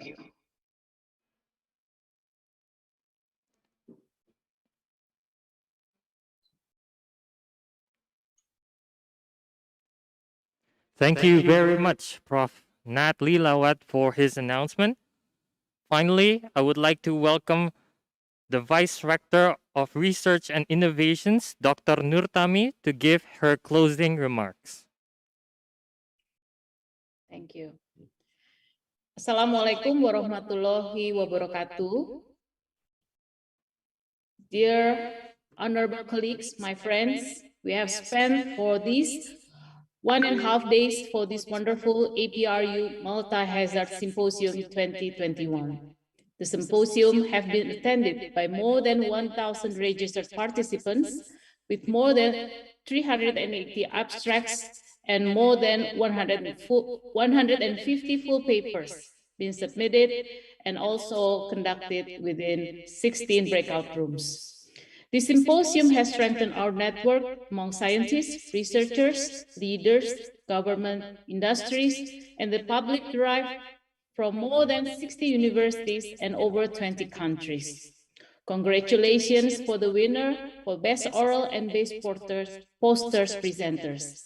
I deeply appreciate all of your efforts, and I found that there are many research findings and future recommendations being generated to further building partnerships for sustainable disaster risk reduction for all hazards. We know that for sustainable disaster risk reduction, we need strong partnerships which addressing all hazards. On this opportunity, I would like to thank the scientific committee, organizing committee, speakers, moderators, chairs and co-chairs, judges, Recording in progress. and poster assistants and awards management for all your tremendous hard work in the last few months in preparing this symposium. Also, I would like to convey my special thanks to Dr. Christopher Tremewan, Secretary General of APRU, Professor Takako Izumi, Program Director APRU Multi-Hazards, Ms. Christina Maria Schoenleber, APRU Senior Director Policy and Research Programs, Ms. Tina Lin, Senior Program Officer, Professor Fatma Lestari, Head of Disaster Risk Reduction Center Universitas Indonesia, and Ms. Baiduri Wijanarko, Head of International Office for their collective leadership. Finally, my sincere thanks to all the participants to make this symposium a success. I wish you all always in good health, and we hope to see you all again in the next APRU event. Thank you very much.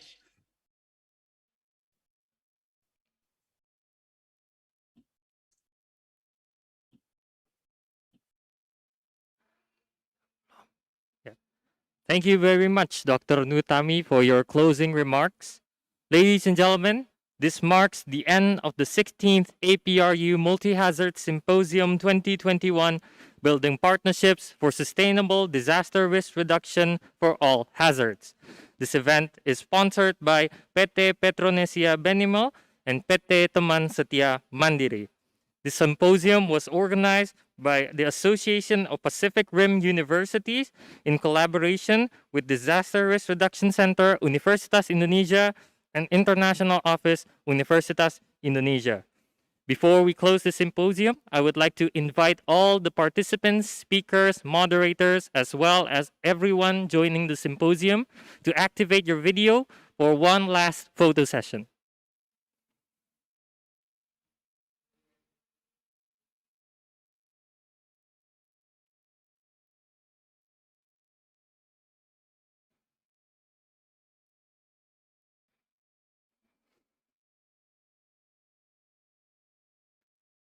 We will now be taking the picture.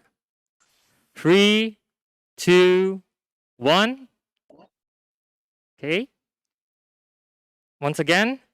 3, 2, 1. Right. Thank you very much, ladies and gentlemen. We now close the 16th APRU Multi-Hazard Symposium 2021. Assalamualaikum warahmatullahi wabarakatuh. Waalaikumsalam. Waalaikumsalam warahmatullahi wabarakatuh. Thank you, everyone. Thank you, Prof. Fatma. Thank you, everyone. Thank you to University Indonesia team. Thank you, Professor Fatma, everybody. Thank you. See you in Bangkok. Thank you, Prof. Padma. See you in Bangkok. Assalamualaikum. Terima kasih Prof. Fatma, selamat luar biasa. Terima kasih kepada panitia yang sudah bersusah payah. Alhamdulillah Rabbil Alamin. Assalamualaikum warahmatullahi wabarakatuh. Waalaikumsalam warahmatullahi wabarakatuh, Dr. Boy. Ya, makasih. Terima kasih, Prof. Fatma. Terima kasih Prof. Fatma. Sukses Prof. Sukses Prof.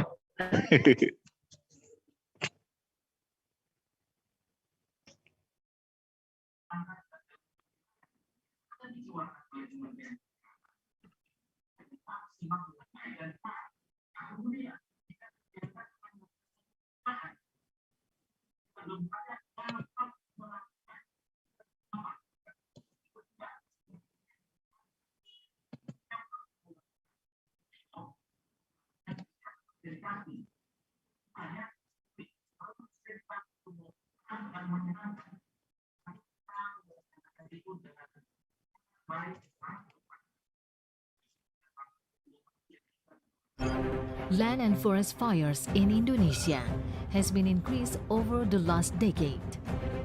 Most of these fires are caused by human mistake. In addition, the increasing problem of forest fires is also due to the very dry conditions or El Niño phenomenon that periodically occur by the effects of global climate change or macro that hit several regions in Indonesia.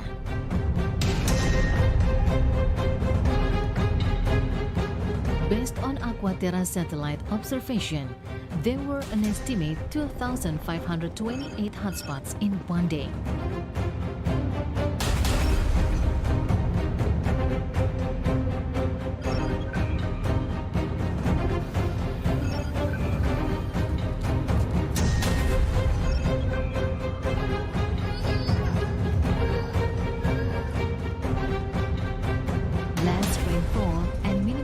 Potential has made fire extinguishing operation become difficult.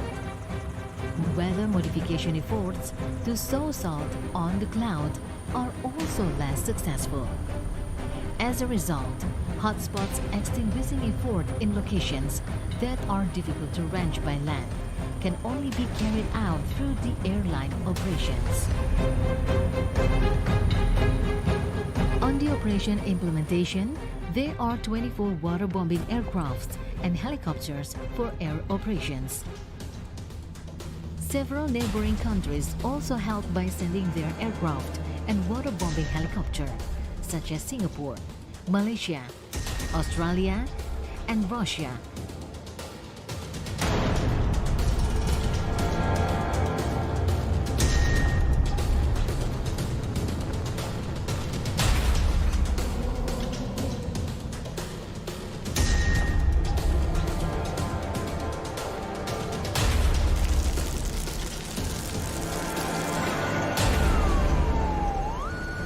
In addition to the deployment of helicopters and planes, extinguishing operation is also carried out on the land area in order to accelerate the process of extinguishing and cooling of land.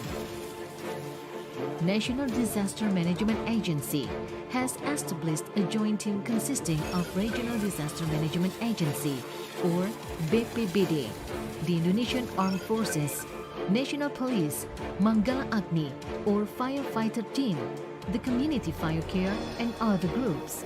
In total, there are 22,146 personnel spread across 6 provinces.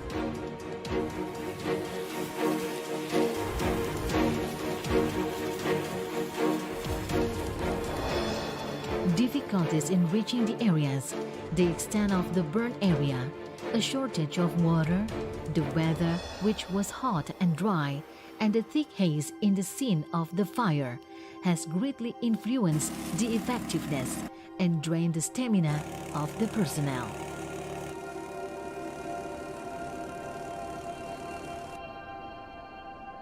By maximizing the power of personnel and equipment and Recording with stopped. assistance from some neighboring countries, it is expected that land fires can be well tackled and smoke haze will disappear soon.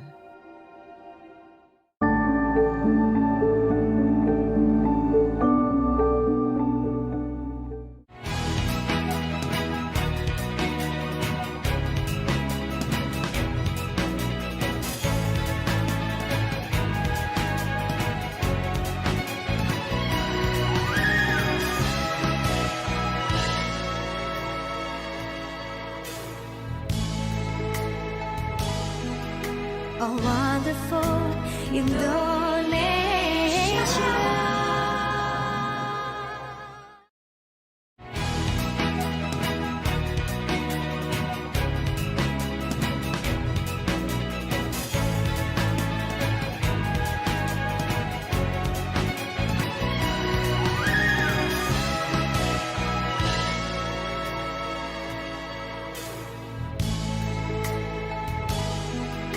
Oh, wonderful Indonesia.